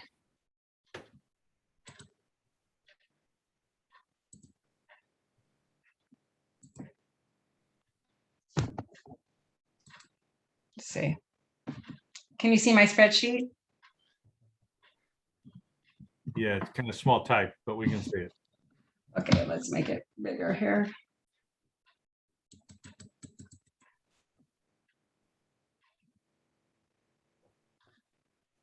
Yes, I want to go bigger.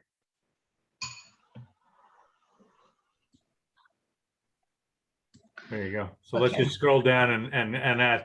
Let's just go through it quick. Each commissioner just confirm that that is your list, that we didn't miss something. So, Mr. Bradley, you good? Hang on just a moment. Sorry. Yes, I can confirm this is correct. Okay. Let's scroll down to Commissioner Bray. Correct. All right, Commissioner Hartman, Yep. Commissioner Kasich, That's correct. Commissioner McClintock. Can you do me a favor and just read those off for me so I can? Yeah. Yep, 809, 815, 818, 821B, and 822. Yeah, and I also wanted 816B in there as just a sort of no change option.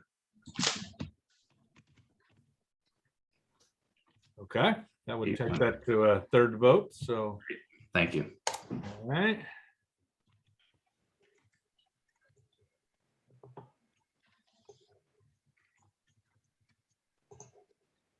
Mine are good. Commissioner Ochoa, Mine are good.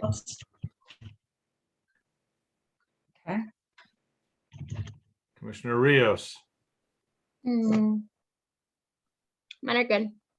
Okay, Commissioner Trusky. So I didn't say 104. Okay. On line 38, we can take that one off.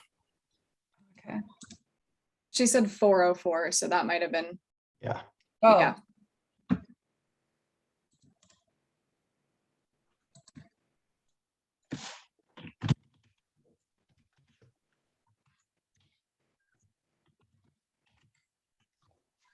Okay, and the rest of those are okay, Commissioner Trusky?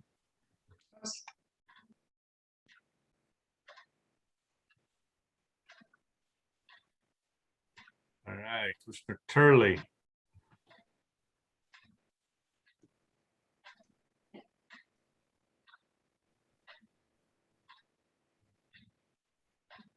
Yeah, and then I also had 816B as an alternate.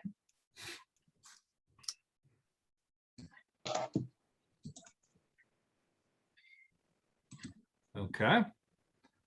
Oops, I don't want to do that. Never mind.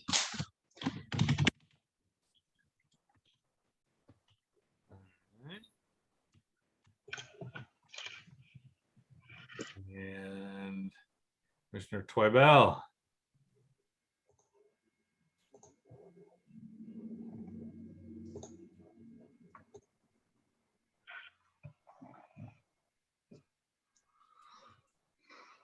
Yes, that's right. But I could add maybe 7 more. Let's see how this turns out. Point of clarification, was that 821 or 821B that you had, Commissioner Twibell? Oh, let's see. Can you make that bigger? This shows 821, but did you intend? Oh, yes, it was 821B. Okay, we'll change that. Sorry, but thank you for better eyes.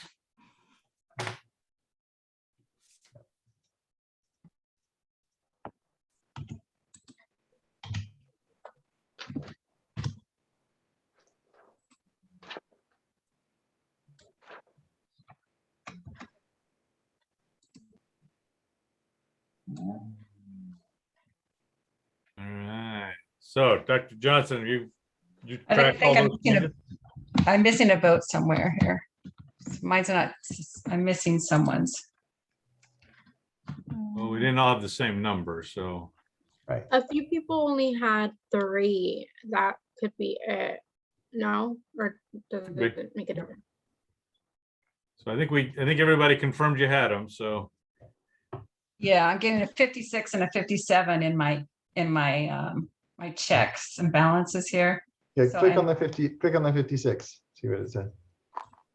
Well, the 56 is the sum of these bottom numbers here. Yeah, but you're missing D60.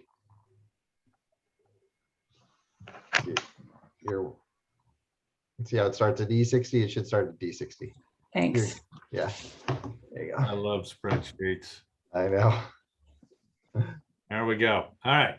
Excel Dr. is my happy Johnson, place. were you tracking that and re-ranked them? I think it's probably easier now we confirmed it just to have Ms. Tilton leave her list up. But yes, we have the same number of votes that it matches up with the same number as Dr. Phillips recorded. So I think we're good. Okay. Okay, so do the same ones line up for, oops, sorry. Let's just work from yours, please. Okay. Yeah, can you just increase the font size or the magnification just a bit? There we go. That's easier to follow. So, all right, folks, what do we want? So how far down to this list do we want to go? Is there support for setting aside for the moment those with only 1 vote, or 1 and 2 votes, or 1, 2, and 3 votes? What are your thoughts? How do we get this down to something a little more manageable going forward?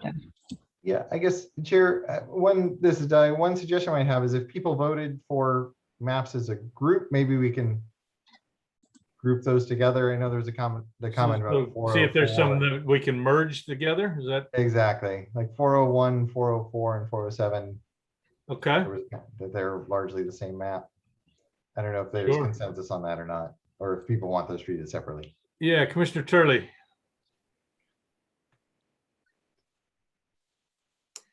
I would both be in favor of eliminating single votes. I think that some people did vote for specific maps because they liked something specific about it. So just keeping that in mind, that they can bring that idea back and reference that map, but not as, you know, a map that we're going to be voting on to adopt, but to possibly use to look at for other maps. And then in addition to that, I do think we should group maps that are almost the same.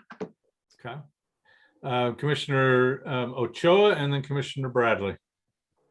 I would also be in support of dropping single votes and 2 votes. And I think, especially in the public comment, we had lots of people refer to the 400 series. So, and when they were doing it, they were referring to the numbers 401 to 408. Amanda, you're breaking up. Can you get closer to that microphone? Or perhaps remove the headphones. Well, I have the microphone directly in my mouth. So if you can't hear me, it's an internet problem and I apologize. I was saying drop 1 vote, drop 2 votes, combine the 400. Okay. Commissioner Bradley and then Commissioner Trosky. I was going to sort of recommend the inverse of that, just have each of us select 3, like our top 3, and see if we can down select more quickly that way. All right. Commissioner Trosky. I'd be in favor of dropping 1 and 2 votes.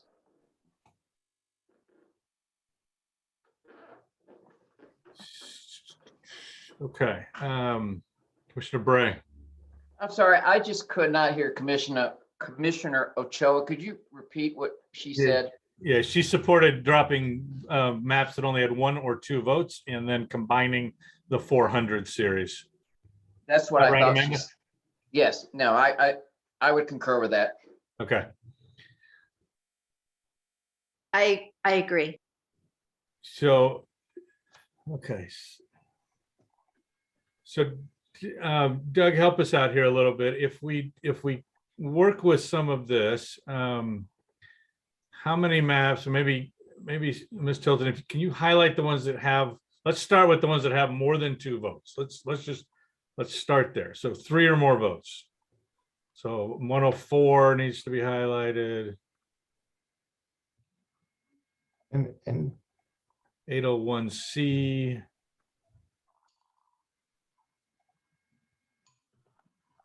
The 809 and 8 through 850, well, all the way over to 818. Oops, shoot. Sorry.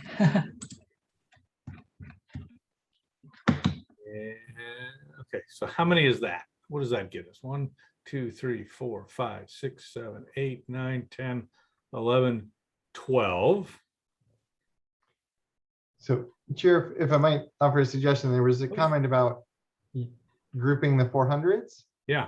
So the way it's suggesting that is, the 408B got the most votes. And Shalice, if you can scroll down so we can see who voted for them. Okay.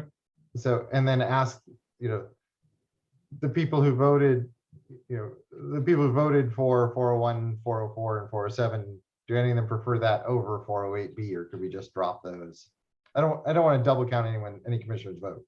The thing there. Right. So. Mr. Turley, jump in. So my only note is that 801 and 801C are almost the same map. There's very little difference in between them. So I think we need to combine those votes. Okay. And I do note that we have, for example, Trusky voted for 401, 404, and 408B, 407 and 408B, the entire 4 series. And we have Tribal with 3 in the 4 series. Right, that's why I'm kind of asking those who voted for multiple ones, pick one. Yeah, Bray voted for multiples in the 400s. So let's do that. Jim, is there a preferred of the 3? Would you rank one of those 3 higher? Yes, Mr. Chair, 408B. 408B. Commissioner Trosky, you had multiple 400s. Is there one of them you like better than the others? 404. 404. And Commissioner Twibell?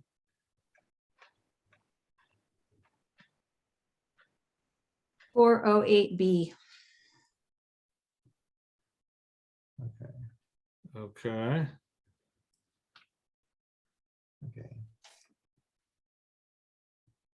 And while we think about the 400s, Commissioner Turley, your comment about merging the 801 and 801C, do we use 801C as our departure point since it got a little more vote? I believe that's the one using the updated data. Got it. Okay. So would those of you that supported either of those 2 be okay with using 801C as our carry forward version? Anybody opposed to that? Well, and the key question is for the 2 who voted for 801. Are they Yeah. comfortable with 801? So Shalice, let's see who those were. Yeah, there you go. So Rios and Karen Twibell. And Hartman. You guys okay if we use C? Yeah, I'm perfectly fine with that. Okay. I'm fine with C, 801C. Okay. Yeah, it looks okay. Yeah, so Shalice, No. you just move their votes. Okay, so the case where like Rios voted for 801 and 801C, I haven't changed any of the original votes on here. I'm hesitant to, but If Just we're go going to ahead, do it for the 400s, then we should do it for the 800s. Oh, yeah, exactly. So I Shalice, did just not say, change the original votes there either, so. Shalice, save this file as a archive, as a new Original. name. So you have the original, and then let's work on an updated version, round 2 or something. There you go.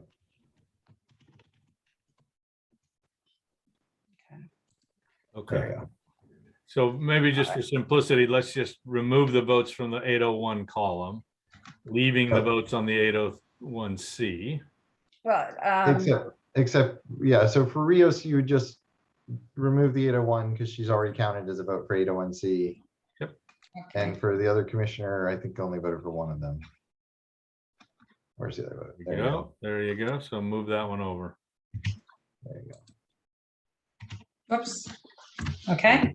All And right. then for the 400 series, So Commissioner Bray, you indicated 408B was your preferred of those. So can we drop your 401 and 404 votes for the moment? Seeing your head nodding yes, so we can take those two out. Who's next on the multiples? CASA 404 and 408B. Kevin, did you have a preference on those two? Which one would you like to survive? No, you know what? I'm fine with either one of those. Can we keep you on 408B? It seems to be moving in that direction, but I don't want to put words in your mouth. That's fine. I'll take that. Okay.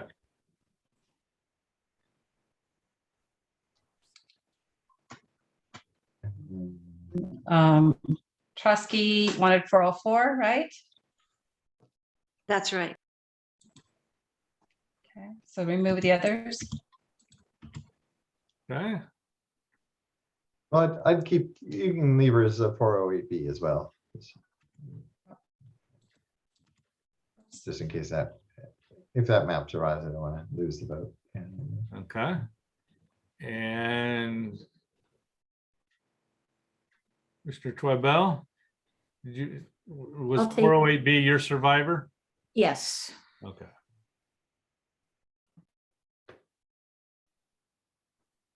And then for 407, who voted for 407? There you go. Commissioner Ochoa. Amanda, do you want to stay on 407 or would you prefer 404 or 408B? I'm open to go where the consensus goes. So it looks like 408B. I'm okay going that direction. You would switch from 7 to 8B? Sure. Okay. There you go. So if we go with, So you can, essentially, so you can unhighlight 401 and 404B.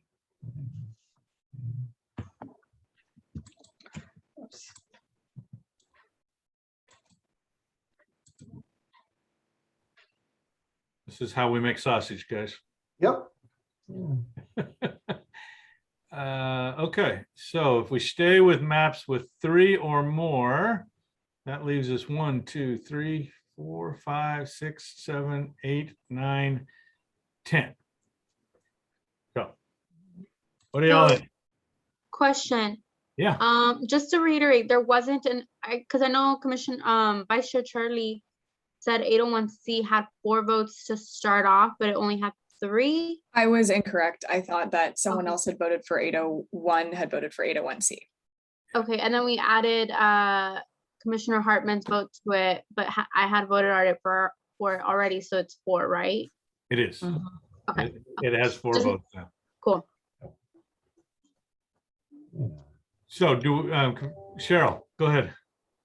Thank you. I just have a question. It looks like if we're only going for 3 or more votes, it kind of, the 4 series got a lot of votes.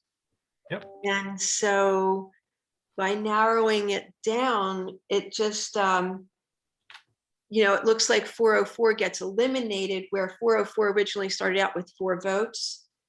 And then it weights the maps that only had 3 votes with a greater weight. Well, and that's a good point. I guess my assumption is that on Monday, they all start right? I don't think they're weighted at this point. I think it's just, for me, this was an exercise in getting from 100 and whatever to less than that. But I think we're going to go back. We're going to have to do this again, kind of each of the next 3 meetings, right? With fewer and fewer surviving votes. So, Megan, did I see you raise your hand? No, just fully agreed. Okay. So what do you all want to go forward with these 10? And then, you know, what that means is that on Monday, we're going to be pretty brutal again. Or do you want to further narrow it down today and have less of a, you know, aggressive cut on Monday? Mr. Chair, could we have those 10 read again, please? Yeah, so my count, it would be number 104, 408B, 801C, 809, 810, 815, 816B, 818, 821B, and 822. Kevin. My preference would be to keep these 10 because it's all, I'm looking at some new maps I haven't seen, gives me an opportunity over the weekend to study it offline, then have some questions ready, but realizing Monday, yep, it's going to be time to chop down to a more manageable level. Okay. Yep. Carol? I'm just a little confused. I have that 816B had 2 votes. So how did it get bumped up? How did? So when we went back through and confirmed the list, people added it. Okay, all right. I think 404 should be kept in the mix if we're leaving in 809, 810, 815, 818, you know, because, you know, those were combination votes as well. And I think it's a really good map and it's my first choice. Yeah, so I don't think we combined any of the 809 through, the only ones we've combined were 801s and the 400s. We could look at the 809, 810. I don't know if they're, without looking at them again, I don't know if they're similar or just sequential. Neither do I, and I haven't really, like, I agree with Commissioner Kasich that this is throwing a lot at us all at once, and I would really like to look at these maps over the weekend and look, because I really don't know.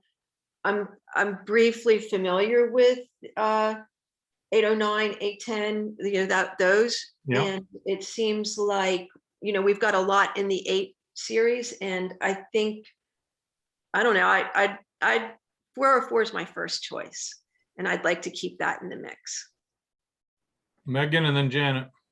To clarify, there is no 8 series. Those are just maps that were submitted on District R by different people. Right. That was actually one thing, Jared, might be useful. There's only one person, I think, on the planet who intimately knows all these maps. So it might be worth asking Dr. Phillips if he's aware of if any of the highlighted maps are actually revisions of each other. I think he's the only person that knows these so intimately that he may be aware that 815 is a version of 818 or something like that. So, sure. If you're comfortable with that. Can you hear me okay? We can. Okay, so the ones that have the letters next to them are variations. The 400 series, they were not variations unless they had a letter next to them, but they were very similar. And the 800s are denoted that because they were drawn using District R with the official population data. So we got all kinds of different varieties in the 800 series. The 400 series, they were almost all identical. Okay.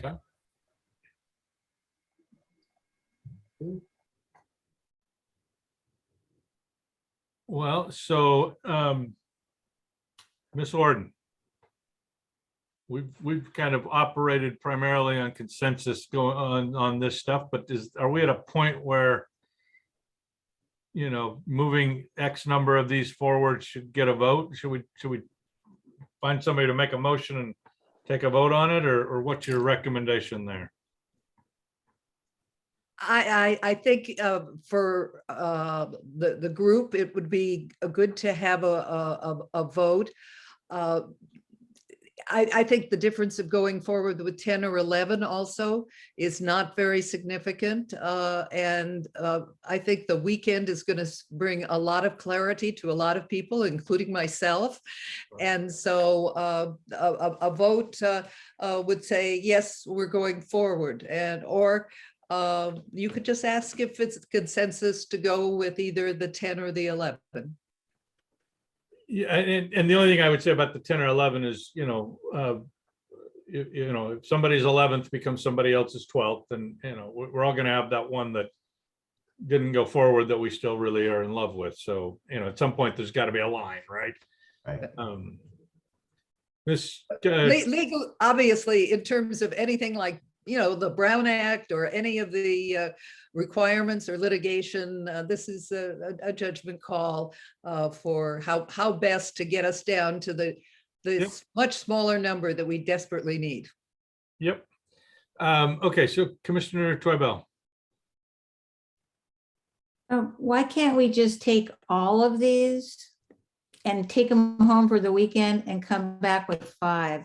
Because maybe, you know, I could look at 119 and see something that I missed and might want to change my vote and that somebody else saw. So maybe we should just take all of the ones that made it on this list that had at least one vote and let everybody go home for the weekend and then promise to come back with their 5, even me, and go from there. Chair, if I might? Yes, you My might. suggestion at the end of this meeting is that you come back on Monday with your 2. What? Because with your 2, and maybe if you push it 3, because if each of you comes back with 2 or 3, that's going to get you to 5 or 6. Yep. So we're not coming back Monday with your 5. You're coming back Monday with probably your 2 or 3. So the other piece, obviously you can do whatever you want, as Ms. Orden said. The other piece of this is remember that the public is also trying to focus their input for your next meeting. Correct. And it would be a huge benefit to them if you can share with them, here are our 10 or 11 top at most, right, so that they only have to look at those 10 and prepare comments and aren't preparing comments on 25.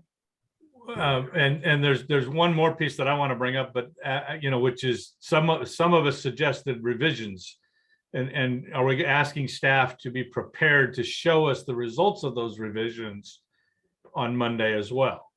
And you know, which to me would argue for, you know, a fewer number, you know, smaller number to start with, right? Commissioner McClintock. I just want to support what Dr. Johnson suggested with regard to limiting our recommendations next week to top 3. 2 would be great if you can do it, but 3 max, and just keeping it to the 10 or 11 that we've, you know, the top 10 or 11 that we've selected. You want to make that a motion? I would motion that. All right. Do I have a second on that? Commissioner Casey, if I see a second. So let me make sure I understand the motion, and correct me if I'm getting this wrong. The motion would be to move forward with the 10 highlighted maps on the screen, and to direct the commissioners to come back on Monday, ready to identify 2 to no more than 3 maps at the end of our day on Monday. That's it. All right, Commissioner Ochoa. Can we have everybody email it, compile it, and be done by Sunday so that we don't have to spend this time doing this process again on Monday? So it can be done for us by staff, hopefully. And I'd also like to recommend that we rank things and make sure, like, you need to have 3 and they need to be ranked 1, 2, 3, and that way everybody's influence is the same. Whereas this first process, some people had 8, some people had 3. So the people who submitted more had more of a say. Okay. So the only question I would have for staff is, so for those of you that can't hear Amanda, she's suggesting 2 things. One, that we rank our choices so that we can kind of see what the priorities are. And second, that we would submit our choices by email to the staff by Sunday night to avoid this mathematical exercise and the spreadsheet piece. My question to staff is, since we've not had, should we wait to announce our 3 after we have public comment on Monday? Or do we come back to that meeting and go, these are the 3, now speak to us? What's the implications of that? Yeah, I don't think that I think we would need to ask our legal counsel if you can submit your votes in advance. I think that would need to be done during the public meeting. Well, yeah, and I would add too, just in thinking of the public, I'd hate to be a member of the public who spends a weekend prepping 11 maps and comes in with a speech for their 3. And before you even get to give your speech, the commissioners have weighed in and said that they don't like any of those 3. So I think we've got this spreadsheet down now and it'll be pretty quick, I think. I regretfully agree. I think we have to continue to see the sausage being made on Monday as well. All right. Any other discussion on the motion before we go to a vote? President, I'm sorry. Would you repeat the motion, please? The motion is that we carry forward to Monday for consideration. And let me actually just give you the numbers so we're all on the same page. Maps 104, 408B, 801C, 809, 810, 815, 816B, 818, 821B, and 822. And that secondly, commissioners come prepared to offer their top 2 or 3 maps, pending, being convinced by the public to change your mind in the meeting. But you get 3 nominations. That's it. So are we ready for a vote? All right, Mr. Hilton. Oh, hang on, Commissioner Bradley. Yeah, sorry. I believe Commissioner Ochoa also recommended that we rank those. Do we want to rank them or not? Commissioner McClintock, do you want to take that as part of your motion or do you want to leave it open? I would suggest that we not rank them. Okay. So thank you. If the motion passes, you don't have to rank. If it fails, somebody can suggest that next. Mr. Hilton.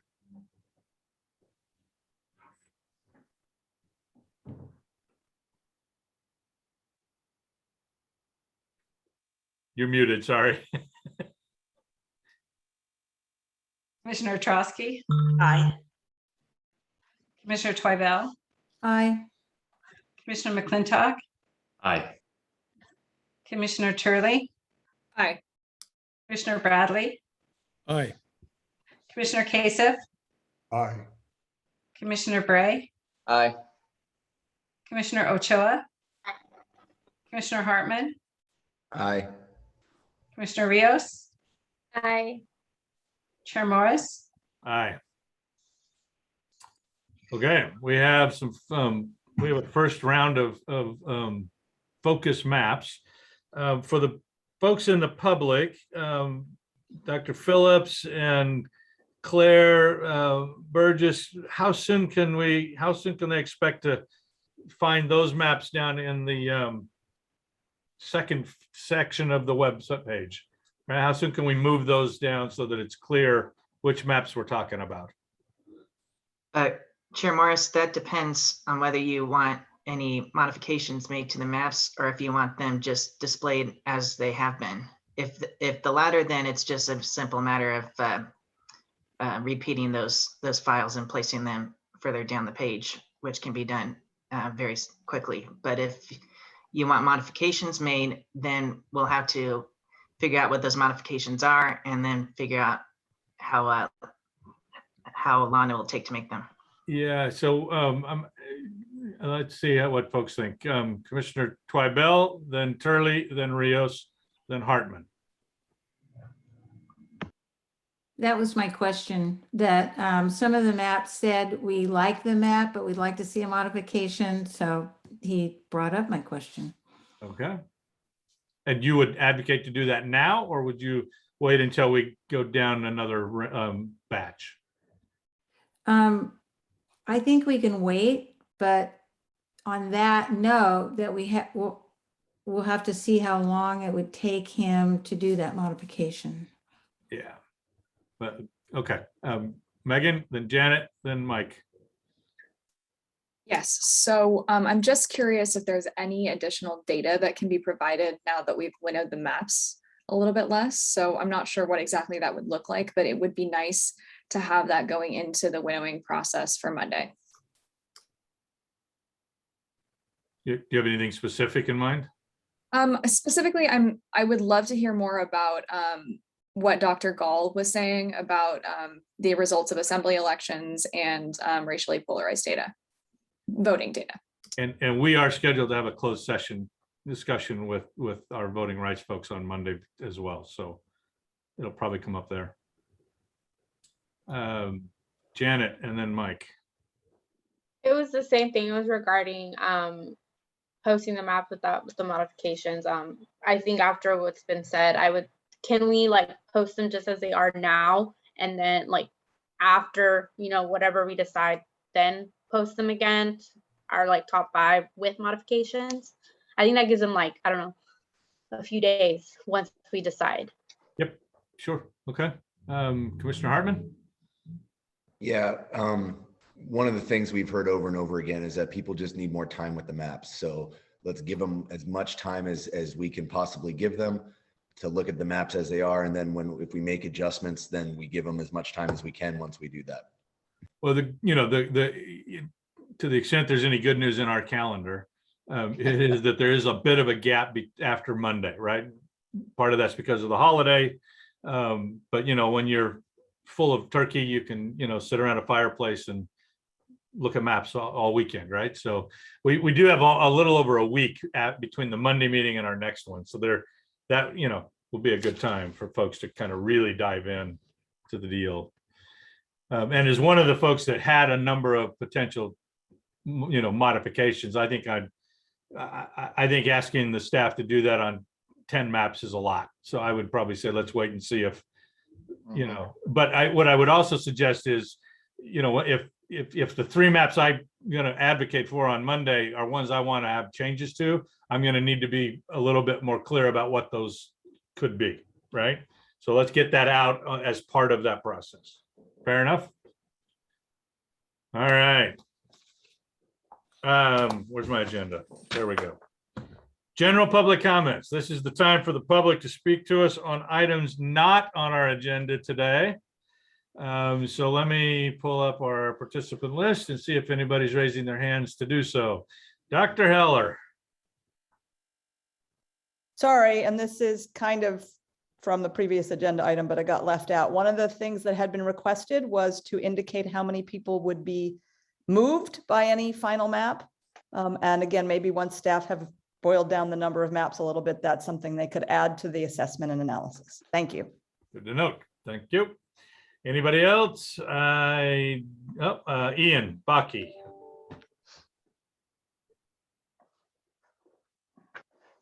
And then after Ian, we'll have Colleen Estrada. Thank you, Chair Morris, Commissioners. I'll be really quick. Just commend all of you for that process. I was really inspired by a lot of what you all had to say, especially Commissioner Bradley in the beginning. A really great breakdown. I would just leave you with a general principle to keep in mind when you're looking at maps. I'm not going to mention any specific map. You know, if a map says that it has 2 to 3 majority districts, really look at the voter turnout, the voter registration data. How does that turn out? That turns into all 5 districts having a white plurality electorate, which it might comply with the letter of the VRA, but it doesn't, in my opinion, flesh with the spirit of the VRA and what you want to accomplish there. So just keep that in mind, look at the data that's attached to all the maps, and Looking forward to Monday. Great job, everyone. Thank you. Thank you. Colleen Estrada, followed by Francis Romero. Hi, can you hear me? Yes, ma'am. Oh, wonderful. I did put some comments in the chat window. I don't know if any of you have that open. Essentially, this has been a fascinating, can you hear me? We can. Okay, a fascinating process, and I really appreciate how difficult it is. One thing that was confusing me was there was a variety of ways that each commissioner put forth their lists. Some were as few as 3, some like went up to 12. But then while it was the original recording was done correctly, it seemed to be then going into a ranking. And there's just obviously a math issue there where some maps were higher ranked. And it's still coming through in the last motion, as far as I can tell, that you did do a first winnowing down process, which I felt personally in observing the process was not correctly. No, all respect. I know you're trying to get to fewer maps. It's just that I think there are some maps that actually had more representation than what this last round of process put forth. So provided you're going to allow people to again put forth their votes apart from the winnowing down, which should not have been a winnowing down process because it was not fairly done. I feel great, and I give you immense props for all the work that you're doing. I just was super concerned about that and wanted to go on record as saying so. Thank you. Ms. Romero. And then she will be the last speaker. Well, thank you, Chair Morris, and certainly you have your work cut out. Oh, we lost her for a moment there. Can you Are hear you me back? now? You're back. Go ahead. Okay, well, thank you so much, Chair Morris and commissioners. You guys you've got a huge job ahead of you. I'll keep my comments brief. As far as winnowing down, you've got no option. You only have a couple more weeks. So, maps have to be cut, and single vote maps and 2 vote maps, great place to start.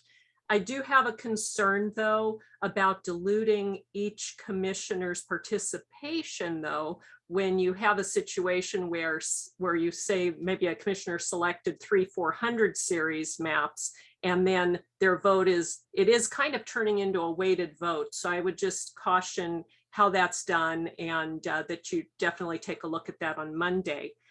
And as far as voter turnout goes, for me, I'm kind of a personal responsibility person, probably a lot more of a libertarian than anything else, which, they get left out of everything. But democracy is not a spectator sport. And all we can do is do our best to make it fair and equitable. But at the end of the day, we can't assume or predict that people are still going to remain unengaged. The whole purpose of this process is to create a sense of fairness and equity to where people maybe that don't participate will then say, you know what, this is more fair, and I'm going to participate, and I'm not going to sit on the sidelines.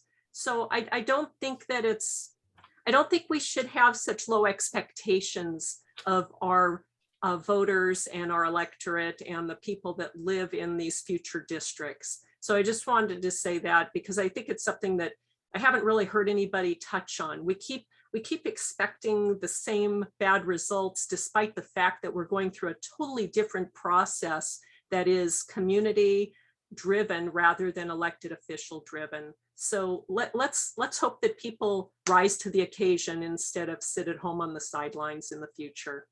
Thank you so much, and everybody, we'll see you next week. Thank you. Okay, we'll close public comment and ask our team if there's any reports. Legal counsel? No reports. No reports. Demographers? No reports. Nothing else. All right. And communications? Troy Pepe Smith, anything? No reports. Thank you, sir. Commissioners, any final comments from any of you? Go to the order. 4 hours and 5 minutes, folks. Commissioner Twibell, you snuck in right under the curve. I just wanted to make sure I understood that when we are looking at review the maps, it's only going to have the 10 maps on there? So I think the way the website is set up, they're all there, and then down and below, there's another section, and those 10 will be listed again. Okay. Just scroll to the bottom. Okay. Okay. Last question, Chair Morris, Carlos, the interpreter. Yes, sir. I would like to know whether the system worked and if everybody understood and if everything worked out all right this time so that we can plan for the next meetings. This was fantastic. We are really grateful for your service. I presume that means that one of you is going to be in chambers next week in person. Yeah, well, no, this will be all done via Zoom, they say, because even if that's why, Okay. because I can do it and you're going to hear me in chambers. We're going to just hear like you in the room. Correct. Perfect. All right. Thank you, sir. Ms. Tilton. Yes, I just wanted to point out that next week we will have a closed session.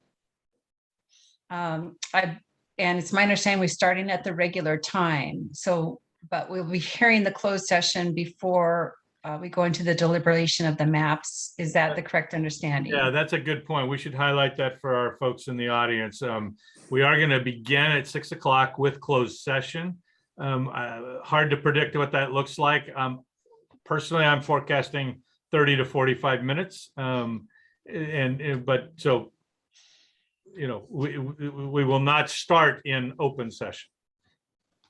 Yeah, actually, we will start in open session. To say and hello. Go into closed session immediately. Right. So commissioners, you will have a separate Zoom link as we've done in the past for the closed session. So you'll log in on this regular one. We'll call the meeting to order. We'll do the roll call on this regular one. Then we have to leave and go to that second one for the Zoom session. And it would be helpful, commissioners, if you have not already gone to the spreadsheet that indicates whether you're going to be in person, on Zoom, or unavailable, so that staff knows who to prepare for where. With that, we are meeting at 6 p.m. on Monday evening. For those of you joining us in person, we will be back in the Planning Commission chambers at the county offices in Santa Barbara. We will see everybody there. Have a great afternoon. Just quick note, I don't think that the attendance record is updated with the dates. We'll add it. Okay. Have a good one, everybody. We're adjourned.